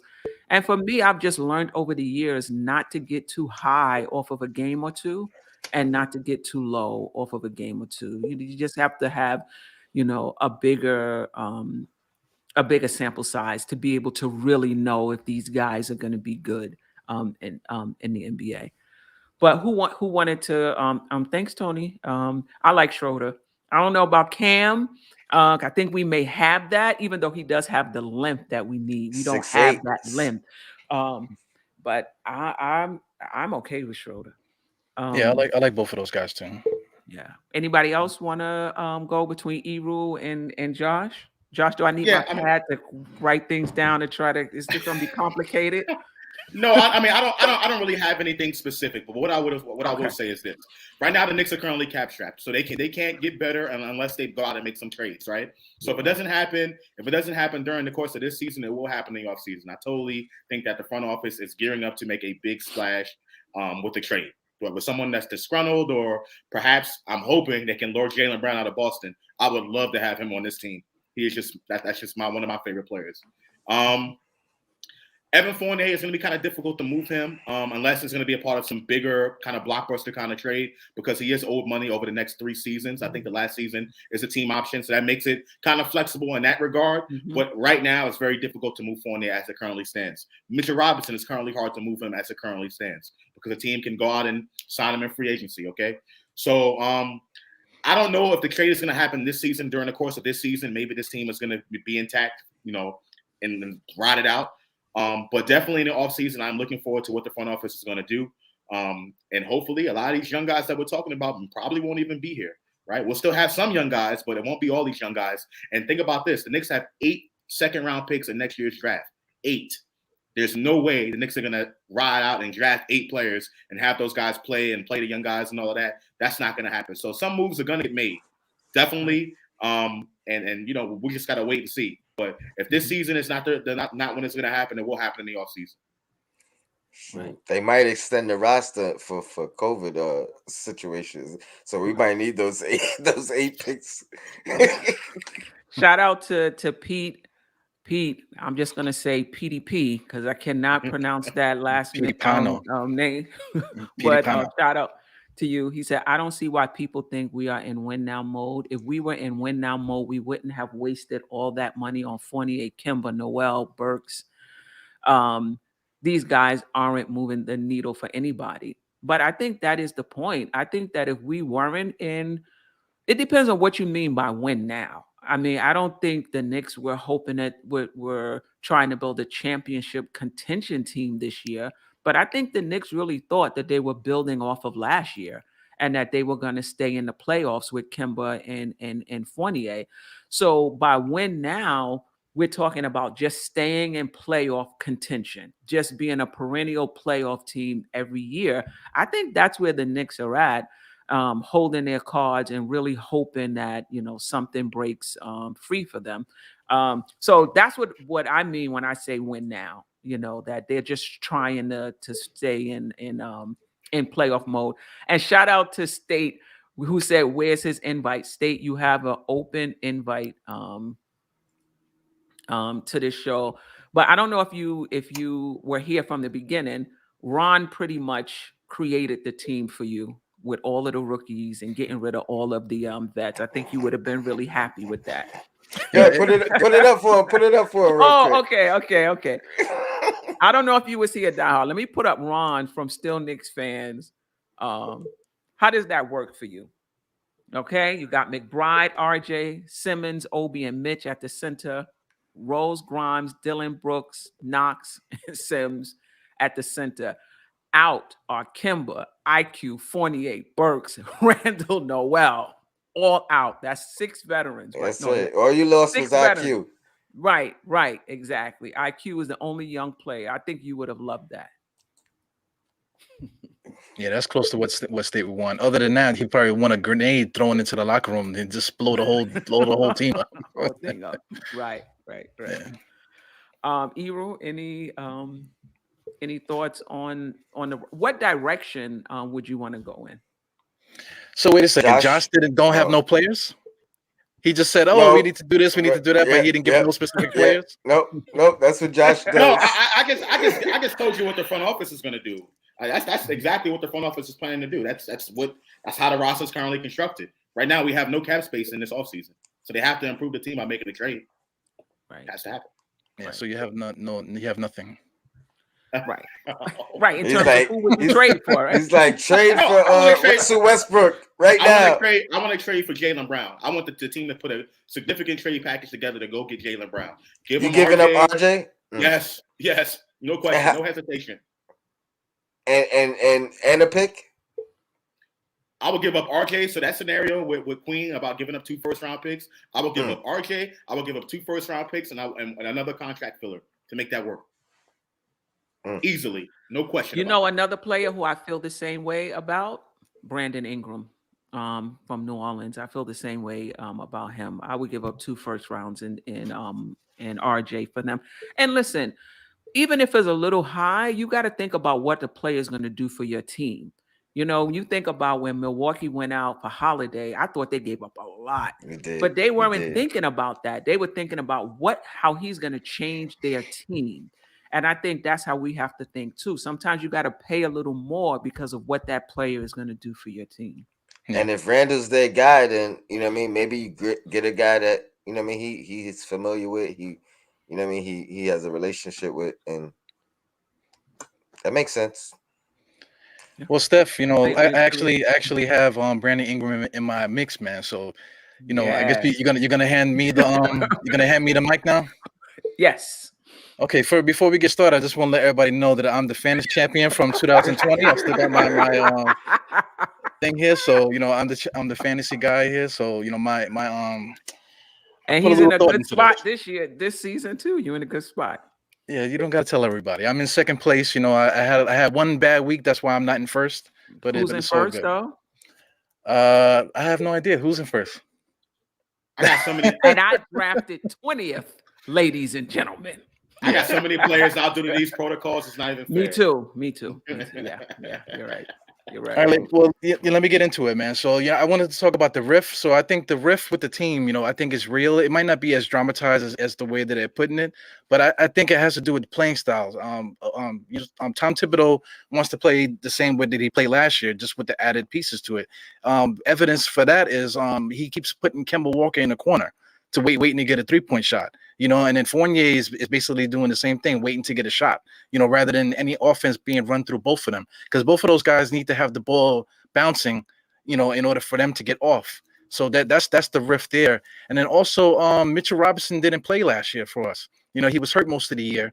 So that's part of the rift also. And you can see him on social media making all these story posts and stuff. It's really weird and stuff like that. And then also Obi Toppin, a couple times Obi Toppin was pulled from the game, and he had words for Tom Thibodeau on the way to the bench too. So I think it's Kemba, Mitch, Obi, Fournier, and maybe you can even throw RJ there in there because he threw RJ under the bus, and maybe Kevin Knox, because guys will get a battery in their back if someone else feels the same way. So you got like the guys from last year, they all believe in playing the same way. And then you got the new guys and Mitch and RJ and Knox that would like to play a more up tempo style. So I think that's where the divide is there. But if you got Tom Thibodeau, you have to run with the coach at this point, Ben, because he's not going to change his system. As you can see, he benched Walker, and he don't give a damn about Fournier either. He hasn't been playing Fournier in the fourth, and things like that. You know what I'm saying? So we really have to build around Tom Thibodeau. So let me get into my trades, man. I also use Fanspo, so both of these trades work. Here's a disclaimer though that there's 3 players: Kemba Walker, Nerlens Noel, who's the other guy, and Alec Burke. They basically make the same money, so those 3 guys can be intertwined depending on what's going on here. So anyway, the first trade I have Brandon Ingram, right? So like I said, I have Alec Burks here, Kevin Knox, and RJ. That's why I was sent to the Pelicans for Brandon Ingram. The thought process behind that is that the only way that works is that they're trying to build around Zion. So they brought his best friend there so they could take showers and stuff together, and then maybe they'll be a little bit more happier, and then he might want to stay in New Orleans a little longer. So we got Brandon Ingram by giving those 3 guys up. The next trade will be with Indiana. We're trading Kemba Walker, Fournier, Nerlens Noel, and Mitch. Like I said, you could take Nerlens Noel and send him to the other team and bring Alex Burke and whatever, because this is all for fun anyway. But so you would get back Miles Turner and Karis LeVert in that deal. Yeah. So the two new guys is Miles Turner, Karis LeVert, and Brandon Ingram. The guys that I got rid of. The guys that I got rid of is Kemba Walker, Fournier, Noel, Mitch, Alec Burke, Knox, and RJ. Those are the guys I got rid of. So my starting lineup will be Miles Turner at the center. You got Karis LeVert. He's going to play shooting guard for us. Brandon Ingram will be the 3. Julius Randle will be the 4. And then for point guard, it depends on what Tom Thibodeau wants to do. It will either be between Quickly or McBride as a starter.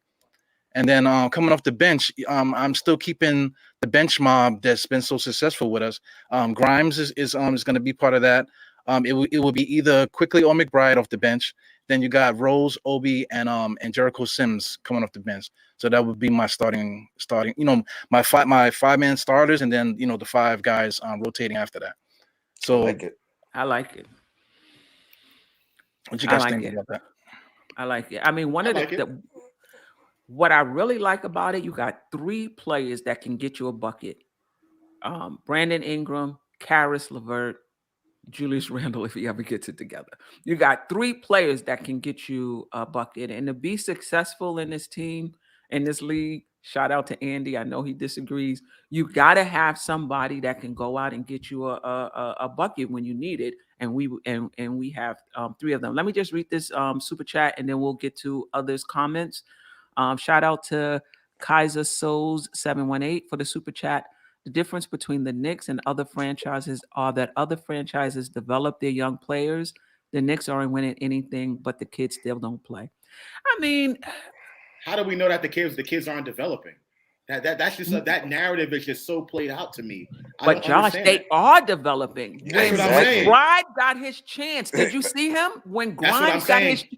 And the first thing I said was, wow, these guys are really developing. And when they get their opportunity, you can see it. Yes. Look at the difference between Obi and IQ from last year to this year. How can you say that the kids are not developing? I don't understand that narrative from Knicks fans. Well, I really don't. Also, too, I just don't like the word development. Sometimes guys just can play. McBride and Quickly, they came into the game already balling. So it Quickly's good play started in preseason. He started in preseason. So these guys are like ready-made players, Grimes and all these different guys, man. So it's a little bit different than say like a guy like Knox who's not self-made. Candyman, Frank Ntilikina, he's another guy that's not self-made. All these different guys like that. But the guys that we bringing in, these guys have heart and pride in themselves. So they believe in themselves already. So I think that's the difference. But let me also add that you seen the best play from Ntilikina when he started being held accountable, and with these young guys that we have now, the fact that they have to wait their turn, they have to stay ready, they have to work like nothing's given to them. That's part of development too, and I think that's what a lot of fans have failed to realize until they get the opportunity and they show it. You know what I mean? but we've heard it all year long. We've heard it from last year, and the beautiful thing is like these guys really are taking advantage of every opportunity they get, each and every one of them. And you could even throw Knox into that boat now too. You know what I mean? Like it's just that's one thing I do love about Tibbs, and I got to give him that credit. Um, and obviously the work the guys put in to get there. Right. And listen, it takes time. When you look at OKC, you look at Detroit, you look at whatever other team you want. Those guys are playing, and they're Houston. losing. Houston. What Houston? Those guys are playing. They're playing their young guys, and they are losing game in and game out. So what's wrong with having rookies in your rotation? And those that are not in your rotation, in your developmental system, and while your team is winning, they're offering support. They're getting there, they're getting their minutes. They're learning how to win. There's nothing wrong with that. It takes a while to become, consistent in this league. And I just don't get Knicks fans who are just willing to lose and lose and lose and lose just so the young players can play. Like, I just don't get it. And I get it if you say we're losing with the vets. I agree. So what are we going to do about it? Either the vets have to get better or we have to trade them out. But I don't think the answer is to just play all your young players and lose every game, because the reality is 2 or 3 years from now, who's to say we're not in this exact same position?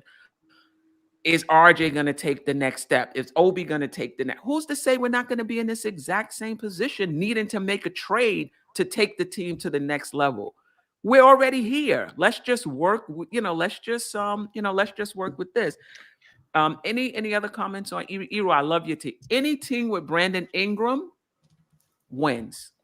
Well, That's my guy. That's my guy. I wanted to answer B Baller for FR. He was saying that who would want basically what he was saying. I can't remember because it's kind of scrolled up too far. He was like, who would want the guys that we're trying to get rid of? But at the same time, Indiana already said that they're trying to get rid of half their roster. You know what I'm saying? And then also, what was the other team? The other team is the Pelicans. Look at the Pelicans. They're trying to figure it out over there too. So we got two teams that are looking for an answer. Yeah, I agree. I think throwing RJ in any move to the Pelicans, I think it makes it work. I think they think that's a way to, and rightfully so. I think that's a way for them to kind of keep Zion happy and say, yo, we're investing in the two of you guys now for the future. You know what I mean? Like this is our cornerstones, if you will. So I think that makes that an easy move for the Pelicans to make. Obviously, it's not going to be just RJ. We got to make the numbers work. But I think RJ being included, I think they don't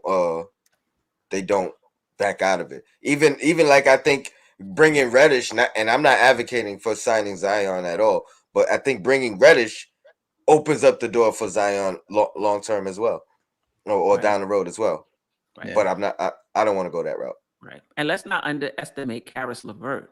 I mean, he's a little up and down this season, but we've seen him. Once he gets his groove, this guy can really fill it up, and he's a good defensive player as well. So I'm all in on Karis LeVert. Did you say Turner as well? Mm-hmm. Yeah, Turner's in there too. Yeah. I'm good. Yeah. Karis LeVert has a good motor. I'm good. Yeah. I'm good with that. But you know what? Let's get into this narrative. And Josh, I don't know if you had a comment. Did you have a comment on Eru's? No, team? I mean I like it. I gotta take a look at the other team salary cap to see what's going on with them, if they're willing to take Fournier's longer term contract. But it sounds pretty good to me. Yeah, and shout out to Andrew Jones. Losing now makes you better in the long run. Who says? The Knicks have been losing for years before last season, losing for years and years and years and years and years, and it didn't make us any better. Yeah, what fans want it both ways. What makes you better is getting players that perform. That's what makes you better. And I will go even further to say, I would put my money on a vet who's struggling, finding their way, before I would put my money on a rookie being consistent. And I think that's what Tibbs is looking at when he's looking at a Fournier, versus McBride or Grimes. He's trying to give Fournier every opportunity he can because he's hoping that he can at least get back to the level that he's played at. And the rookies is going to take some time. They're going to be up and down. And Queen, I don't think there's any better way to develop a rookie into becoming a consistent player than to make him earn his way into the lineup and earn his way into position like that, because he's gonna figure out early on, when I get in, I gotta play well. Like, I have to be consistent. I gotta shoot at at the very least, shoot at a good percentage. You know what I mean? I gotta play. Like, he's learning these things to keep him on the floor off the jump. So that builds consistency for the young guys, having them earn their way up. So I think it's a win-win. Yeah, check out Knox and McBride to compare them to. When Knox has been here for 4 years now. So I mean, when is he going to get that the memo? You know that your time in the NBA is ticking. Right now, next year he's looking on the outside looking in now, and he's still waiting to get the opportunity to play after 4 years. But this guy McBride, his first day coming in, you could see the hunger in his eyes. He's salivating. You can see that he's extremely confident in himself, and he wants to get after it. You know, he gets out there. He's not wasting his minutes. Knox is out there, and it seems like it's just kind of like, all right, I'm just trying to fit it. I'm trying to do that. But McBride is like, listen, I'm out there. You know, I'm here. I don't want to go back to the bench. You know, so that's the difference between just like maybe just personality wise between Knox and somebody like McBride. Grimes is the same way. Right. Yeah, but you see Knox performing this year, right? I mean, Yeah. very limited opportunity. He's a 4-year vet now, though. But I'm saying maybe now that he's being held accountable and he knows I might not ever see the light. You know what I mean? Like, Right. coming from his rookie year where he had the green light, it didn't matter if we lost. Like, but you're gonna get all the opportunity, you're gonna get all the minutes. But that's what I'm not disagreeing with you. I'm just saying it might be too late for him, but he's finally getting it. Like, I gotta produce while I'm out here. Right. Yeah. And listen, this was just an exercise because I hear a lot of people in the chat, well, we losing now, we lose. I mean, listen, we wouldn't be the first organization that made a move and thought that it would help, and it didn't, you Yeah. know? And I think that's what this exercise today was about, just what does it take to build a team? And you have to have a direction, and whatever moves you make have to be consistent with that direction. So if you want to play the young guys, you're basically talking about a reset. I mean, that's a way to go as well. I just don't believe the Knicks with Tibbs and this front office and Dolan. And after years and years and years of having draft picks and just being, we we had draft picks and we didn't get any better. I just don't think they're going to go in that direction. And I do agree, we're losing with the vets, but I just have more confidence that the vet is going to turn it around than playing young guys and feeling like they're going to turn it around. That's just my belief that they'll turn it around. I'm with you, Queen. But just to shoot some of these fans some bail, you gotta admit, man, the young guys been playing good all year long. Absolutely. They've been the most consistent players on the team. You know what I mean? Like, just to shoot some of them some bail. I see where they're coming from. You know what I mean? Like, there's guys that truly feel like we'd have a better winning percentage if the young guys was playing the starter minutes and the bench Right. and the starters But it's a was small sample size, don't you think? Like no. Grimes has a small sample size, McBride has a small sample size, IQ has a larger sample size, and he has not been playing well. Obi is pretty much the only young guy that's been playing well. Consistently and consistent. Right? Who else out of our young core that has a decent sample size has been playing well? Not RJ, not Mitch. Right? So we got to be I was referring to like the bench as a whole. The the bench. the bench has been way The more bench. consistent all year long Right. than Right. and you know. But yeah, you're right. Yeah. I'm saying we just get, like Josh said, we just get caught up in these narratives and we start believing them instead of just breaking them apart. Has our young guys really been playing well other than Obi? Grimes 2 games, McBride a few games. You get a long sample size, it's going to be up and down. And it's to be expected. I don't think that's a knock on them. No. That, that's what being young is. But I'm just not ready to go back to winning 18 and 19 and 20 games a year and not getting better. And not getting better, though. Yeah. We did not get better when we did that. This is why I'm opposed to trading Julius Randle for draft picks. I'm opposed to that. I'm opposed to trading Julius Randle for a worse player.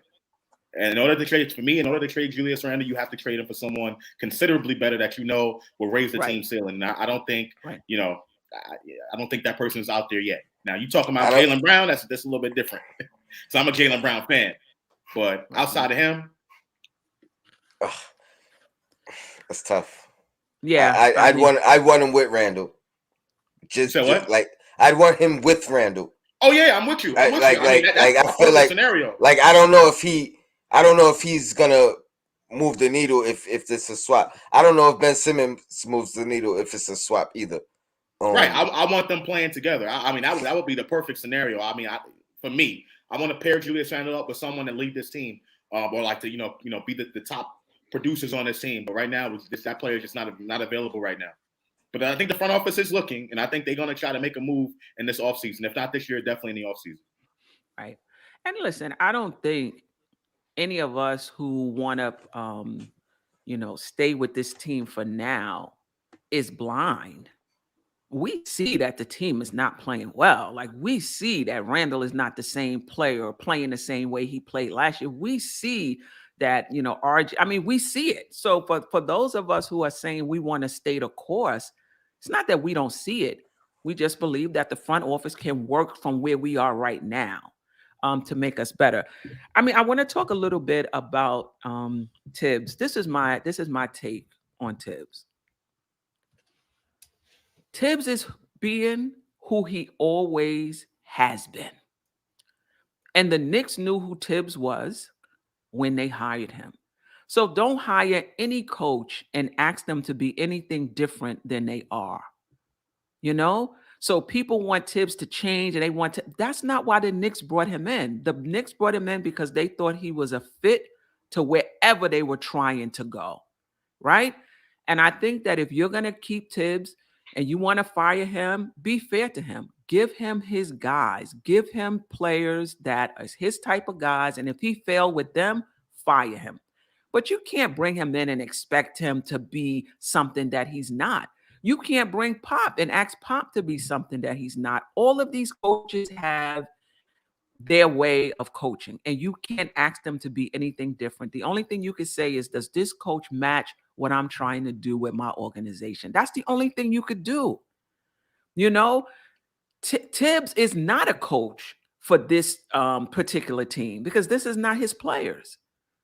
You get him his type of players, you see what he can do. You don't give him his type of players, it's just not going to work. That's with any team. Shout out to RC Creator for the super chat.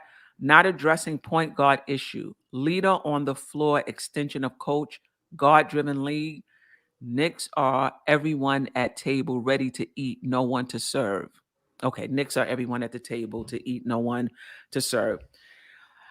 Yeah, I mean, I think we did. I think Tony said Schroeder. I said DeJounte Murray, and Ebro said, McBride. Definitely need a point guard. That definitely got to address that part. No question about that. No doubt about it. Shout out also to 1975 Jamrock. Tibbs also said he learned some things offensively. Yeah, and actually, I do see some new wrinkles as well. And I think the way we shooting the three, that's a new thing offensively. But I get it. I get it. It's tough. It's tough when you don't have the players to run it, and it's is it the system or is it the players? Right. Yeah, it's a mixture of both. It's funny, like a guy like D'Antoni, he only could play one way. No matter who is on the team, he got to run the fast break offense. If we had D'Antoni today instead of Tom Thibodeau, this team probably would be a lot better. Just based off, Kemba's here, we got all these guard play. We got Julius Randle that could shoot the three. Julius Randle will be at the center. Obi will be power forward, and we would just be running the rubber off our sneakers right now. If that was that team, but we're not. We're not being coached by D'Antoni. So like you said, I'm in agreement. We got to get guys in here that's gonna play the way Tom Thibodeau wants to play. Yeah. State, hey, what's up, State? State. We don't have a lot of time, but thank you for joining us. Hi, how y'all doing? We're doing very well. We were actually moving into the closing segment, but if you have something, yeah, we was on since 8. But State was pacing back and forth. He got something to say. But not really. But you can definitely, yeah. Y'all happy with this season? Because I'm not. I'm being honest with you. I'm disappointed. I thought Tibbs was going to be better than this, and I just hear y'all making up excuses for the past like 20, 30 minutes. Why are we having excuses for Tibbs and Leon Rose spent all the cap space? That's one. Two, why are we having excuses for Julius Randle, Evan Fournier, or anybody on this team when Thibodeau had a whole offseason, had a whole training camp, which he didn't have last season in the almighty 4th seed, by the way. And I don't want to hear excuses, really. Play basketball. We scapegoated Kemba Walker. You benched him. We look worse without him. I don't know why Alec Burks continues to start. He's terrible. Tibbs never holds Randall accountable. And the gig is up. So, I hope he could turn it around. But I don't think it's just on Tibbs. And I agree with you. The Knicks are playing terrible. Randall is playing terrible. But so is RJ. So is IQ. The entire team is playing terrible. You can't just put it on. Miss Steph, Quickly shoots under 40% from the field. I can't blame Quickly for that. I gotta blame Tibbs. Why not? Why Because not? Tibbs, you think Quickly will shoot under 40% under Steve Kerr? Let's come on now. Wait, hold up. Come on now. You don't think the offensive system is terrible? State. You get an open shot in a system. It doesn't matter what the system is to get you an open shot. Quickly is missing open shots. It doesn't matter what the system is. It doesn't matter what the offense is. You getting an open shot and you missed it has nothing to do with the system. Now, if you're telling me that because of the offense, you're not getting open shots, all of your shots are contested, people aren't setting screens. These guys are getting open shots and missing. How can that be? Can I ask you a question? Can I ask y'all? Can any one of y'all can answer this? Y'all think Randall get easy shots? Sometimes Randall's shooting 25% from three with wide open threes. With 25, wide open threes. 25%. No. Randall is also one of the worst mid-range jump shooters in the league with at least 90 attempts. But that can't just only be on him. Your offensive system is supposed to put guys in positions to be great. I don't see that. Okay, this is what I would say. What's your position? How many shots are you getting unguarded?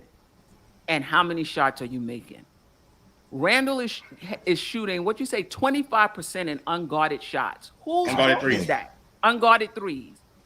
Unguarded threes, 25%. Last year with unguarded threes, he shot, I believe it was over 40%. It was 40.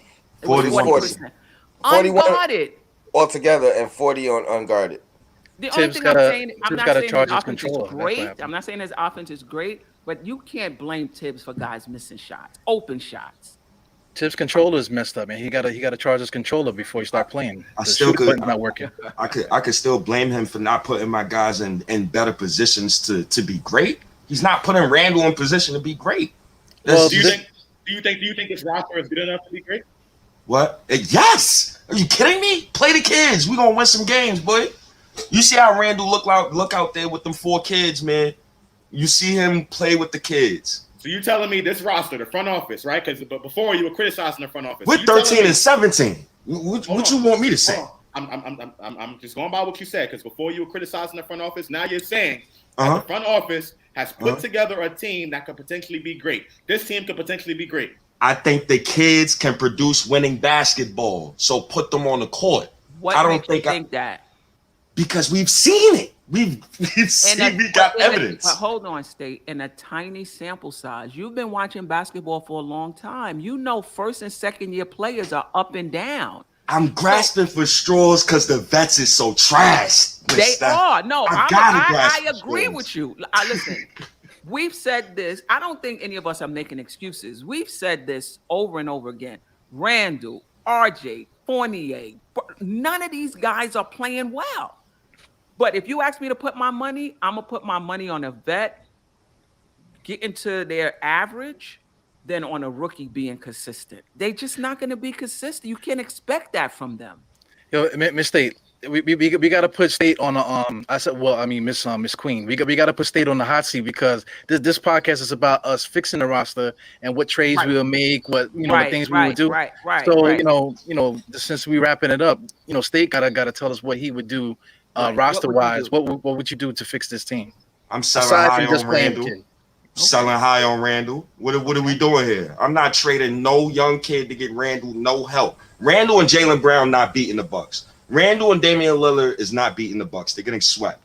Randall with Jesus is not beating the Bucks. Y'all need to stop. Just stop. You underrating Jesus, man. Yeah, listen. Who are you giving up for Jesus? Okay. That's okay. What are you doing? You criticizing us. What are you doing? I'm selling high on Randall because of the timeline. You can't do like Josh. Josh just gave a roundabout answer. You got to give players or somebody. You got to say who you trade for. Y'all remember the Paul George trade? You get Victor Oladipo and you get Sabonis. Okay, let me get 2 day one starters right now. We get 2 day one starters and 2 draft picks. Wait. Victor Oladipo and Sabonis? Yeah, no, that was an example. That was an example. No. We don't want examples. Who you got? Sell high, so sell them. You on the team? It's easy to come in and criticize who you got. Hot seat, boy. Who you got? Yo, all 5 of us was on the hot seat, so it's your turn now. Brad Johnson, who's buying high on Randall? So, that window is passed, but go ahead. So, damn. Y'all about that. Damn. God bless me, Lord, if I sound like a goddamn fool. You asked for God, but you just said Jesus couldn't. All right, let me just start throwing crap at the wall now. Deontay Murray, Keldon Johnson, Mo Bamba, Cole Anthony. Who else is 2 day one starters that I could get from a team and some assets? And what's your ceiling for that team? You got Cole Anthony and Mo Bamba. My ceiling is so. Ultimately, right? One of those guys is going to be an all-star. I don't know who. No. Ultimately, hold on. I'm telling you the end game. I'm telling you the end game. No, this season. This season? Yeah. That was the Everybody had to say, what is the ceiling on that team this season? A lottery pick? Nah, I say 7th to 10th seed. But that's just around where I think this team should be right now. Because I didn't want to make the almighty 4th seed anyway. This team ain't good. If you think this team good, you're lying to yourself. We wasn't trying to make the 4th. You just said they have the potential to be great, though. They do. You have a potential to turn around the season if you play the kids with Randall. That's the way I think we could turn around the season. You want to sell high on Randall. Yeah, you say you want to sell high on Randall. Though. Sell high on Randall or play the kids. Either or. That's what I think could save the season. Oh, boy. Or you could trade some of the kids. See, my thing is, my love for RJ is just too strong. Well, listen, you talk about everybody else. RJ has been trash this season, too. He has been very trash. With Randall. He's been trash. He's been very trash. But he gets paid to develop. He's not getting paid to lead right now. So I let him live. Love their own trash. I let him live. He's 21. Randall been in the league for 8 years. I need to stop. No doubt. Listen, y'all need to stop. Nobody on this panel is saying Randall is playing well. Randall is not playing well. But RJ playing trash too. We've all said that. This is the difference, though. I'm not willing to say where Randall is now is what he's always going to be. That's my only difference. Every criticism of Randall this season, for the most part, I agree with. The only thing I disagree with is I'm not saying this is what he will always be. People are just ready to say he's not going to get better ever. I'm not willing to go that far. But right now, Randall is not playing well. He's playing So like trash. what He he's supposed to is. get better at? Let's be realistic. He's 27. What he's supposed to get better at now? You don't think 27-year-olds can get better? No, what can he get better at? Tell me what he can. I'm gonna tell you what he can get better at. He can be much more efficient in his game in terms of hitting shots, open shots from the 3-point line, open shots from the mid-range. Stop trying to facilitate the offense. When you get the ball, make your move to score. Period. And cut the turnovers down. That And won't cut the turnovers down. How that's gonna happen on this team when he's the one option? Well, check it, State. My team consists of Miles Turner, Carlos Levert, Brandon Ingram, Julius Randle, and IQ. So in that starting five, Julius Randle's not even the number one option in that starting five. So then that goes into your narrative, because I would actually go to Karras and Ingram before I go to Julius in that team there. You know. Do y'all watch Brandon Ingram play before y'all talk about this Brandon Ingram and Randall tandem? Do y'all watch him play? The same way we watch Cole Anthony and Mo Bamba, we have watched Brandon Ingram play. Yes. He is he's more ball dominant than Randall. Y'all sure about that? But he does it and looks to score. That's what we want Randall to do. That's what Randall needs to do. Right, and we want this season. Right, and we want to take the ball out of Julius Randle's hand, let it go into Brandon Ingram's hand because he's going to get a bucket. I'm not trading RJ for Brandon Ingram. And Cole Anthony is ball dominant too. I'd rather Cole Anthony look like a top 5 guard soon. He looked nice. He looked. You got to stay on the timeline. Right. You got to stay in the timeline. Biased, yo. You real biased. You got your favorite. He you from real biased. he You from gonna die with here. He from the city. He from the city. You can't even see the buildings. He from the city. He from the city. You know I'm be biased. You mad biased. Yeah, Julius better Randle than on the every. block.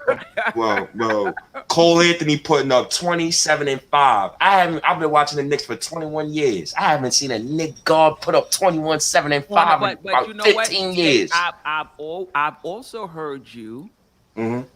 get on somebody like Bradley Beal, who's scoring, but the team is not winning. That's the same thing going on in with the Magic. He's scoring, but they not winning. Whoa. Bradley Beal, hold on. Then I don't like that comparison. Cole Anthony is paid to develop. Bradley Beal is paid to lead. He's an all-star. You're supposed to have your team better than what you have right now, Bradley Beal. And that's funny because Bradley Beal, he's a championship 3 option his damn self. So Bradley Beal never won a championship though. But I know if he was on my team, if I had a team, I would want him to be my championship 3rd option because he can't defend a lick. What they got to do with being the 1st, 2nd, or 3rd option? The 1st, 2nd, and 3rd option is how you win championships, Josh. Yeah, but if you got Bradley Beal, who's your number one options that don't defend? Name them. Well, And he made his way. He's made his way into a number 1 option. He didn't come in as a number 1 option. So you gotta give Bill his props, man. Put some respect on his name. If you get Beal here, he's worth a certain amount of money. So you're talking about 3rd option. So who the hell are you bringing in here that's better than Beal? That you're gonna have salary cap to pay him? Listen, y'all. I'm not a fan who wants to win just for the sake of winning. I didn't want the 4th seed. Yeah, But I if you don't like this roster. About the 4th seed state. None of us was talking about this 4th seed. We just wanted to win games, and you fall where you fall. So what are you gonna do? Lose games? What are you gonna do? Be like, oh, listen, let's stop winning games because we gonna be out of the lottery. You play to win, and wherever you wind up, that's where you wind up. That's how you play basketball. You can't be out there telling your team to lose. I'm feeling like the next 2-3 years. I'm feeling like Super Mario when he got the balloon tied to him and he just floating in the sky. So I'm just here for the ride because I know Tibbs, he's a regular season coach and we don't have no superstar free agents within the next 3 years. And this is exactly what I was afraid of. And now we're in the territory that I was afraid of right now. And I'm scared. The team is flexible. They can be able to make moves. We're not cap strapped for the next 4 or 5 years, bro. Who's trading for Evan Fournier, bro? We can't get nothing with him. Any bro. team, I can tell you, a team that is willing to get salary because his contract eventually will come to an end. right? And the team will take on his money. Eventually, that's the case. Right. And let me ask you this question, State. Is there any guarantees if we go with the young guys that 3 or 4 years from now we're not in this same spot, wondering if RJ is going to take the next step, wondering who we're going to bring in to take this team to the next? There's no guarantees, even if you reset. I've seen the Knicks for the past 21 years reach and reach and reach for free agents. None of it has worked out. I've seen the Knicks trade all their first round picks from Isaiah Thomas to before Phil Jackson. Thank God for Phil Jackson coming here and stopping letting these clowns trade their first round picks. Shout out to Jamal Murray. Goodness. If you can thank God for Phil Jackson. And did you all? But We had to learn from that. Duh. It's the timeline. You don't break the timeline, brother. right. But State, you've also seen the Knicks go young and be in the lottery every single year with nothing to show for it. You've seen that as well. So we've seen it both ways. We've seen it both ways. We didn't have draft picks. We No, we didn't draft well. didn't draft well. We didn't had draft draft picks. picks. We didn't draft well. Hey, I'm sorry, Queen. I gotta step Go out. ahead. But I appreciate you having me on. Shout out to the definitely. chat. Your blackest time. All right, State. appreciate you. Yeah, Keep it up. Real one quick, thing- because we about to get. Go ahead, I'm sorry. Well, I was gonna just say about the playing the kids and stuff like that. You're saying that I mean, man, first of all, let me just say, dire state of mind. Me and State, I'm used to State, going back and forth with all this craziness, man. State is crazy, but like you want to play the kids or whatever, right? And you're saying there's no free agents until a certain point, so we got to do something. We can't just like put the team on pause and just debunk the Knicks for the next 4 years. Because whatever, and then also too, when the free agents do come, like they're still not going to sign here because we're losing for the last 4 years of playing young people. Right. You know what I'm saying? Right. So like you gotta do something. You got to do something to stay relevant. That's a good point. When a free agent when they actually become a free agent, they look at your losing team with all of these rookies. They're not signing. The Knicks having problems signing now. This past season, in my opinion. But anyway, let's briefly, so we could get out of here. Our upcoming games: Detroit, Washington, Atlanta. Detroit is 5-24. I think they're 1-13 over their last 14 games. Washington 16-15. This is not including any games tonight. Atlanta 14 and 15. Winnable games. You would think, but the Knicks are in shambles right now. So I think every game is going to be a dogfight. Any thoughts and predictions on these 3 games this upcoming week?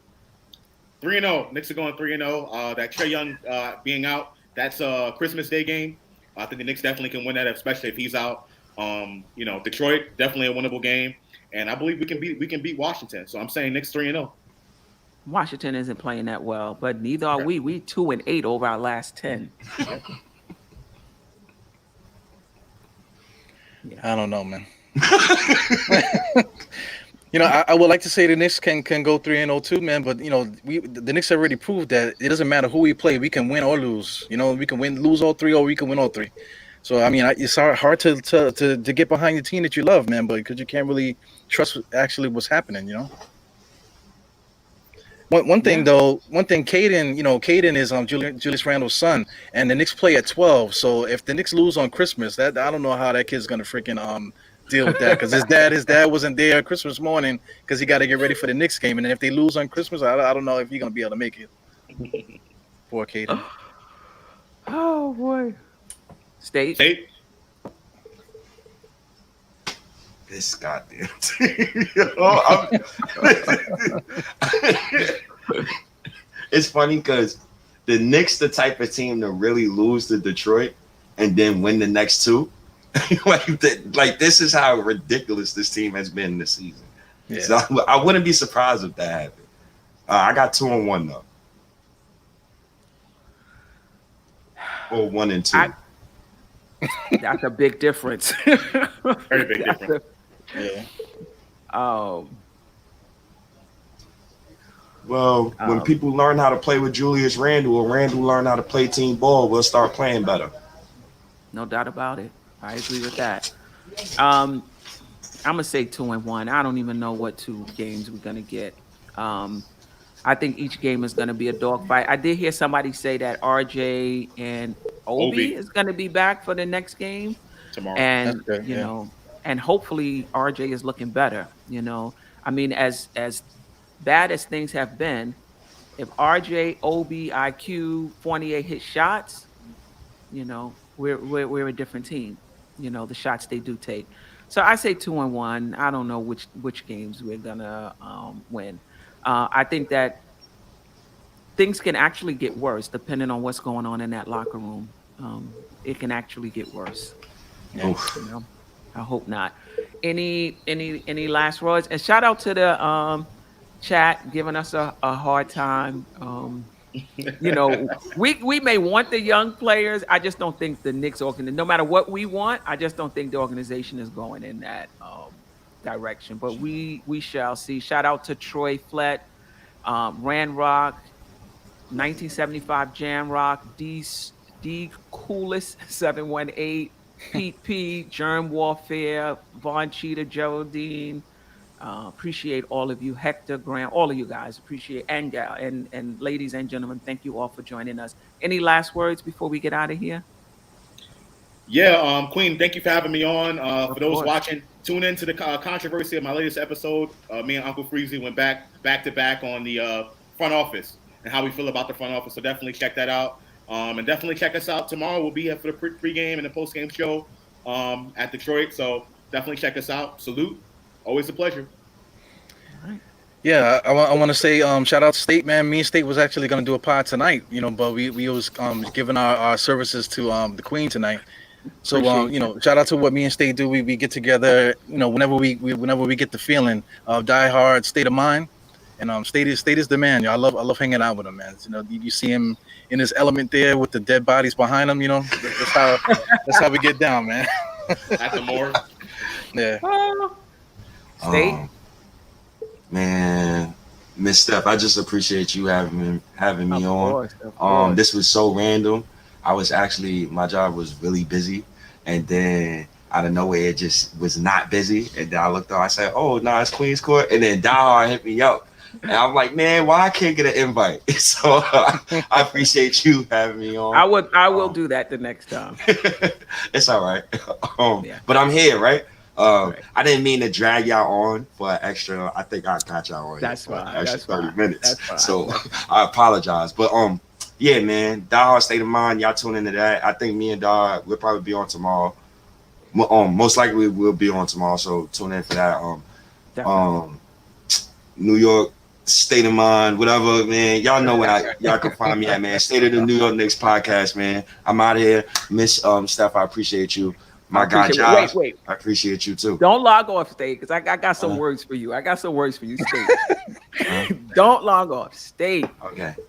We know like you be getting on us Randall people like we think he's playing well. We know he's not playing well. We know right now he's not the number one option on the championship team.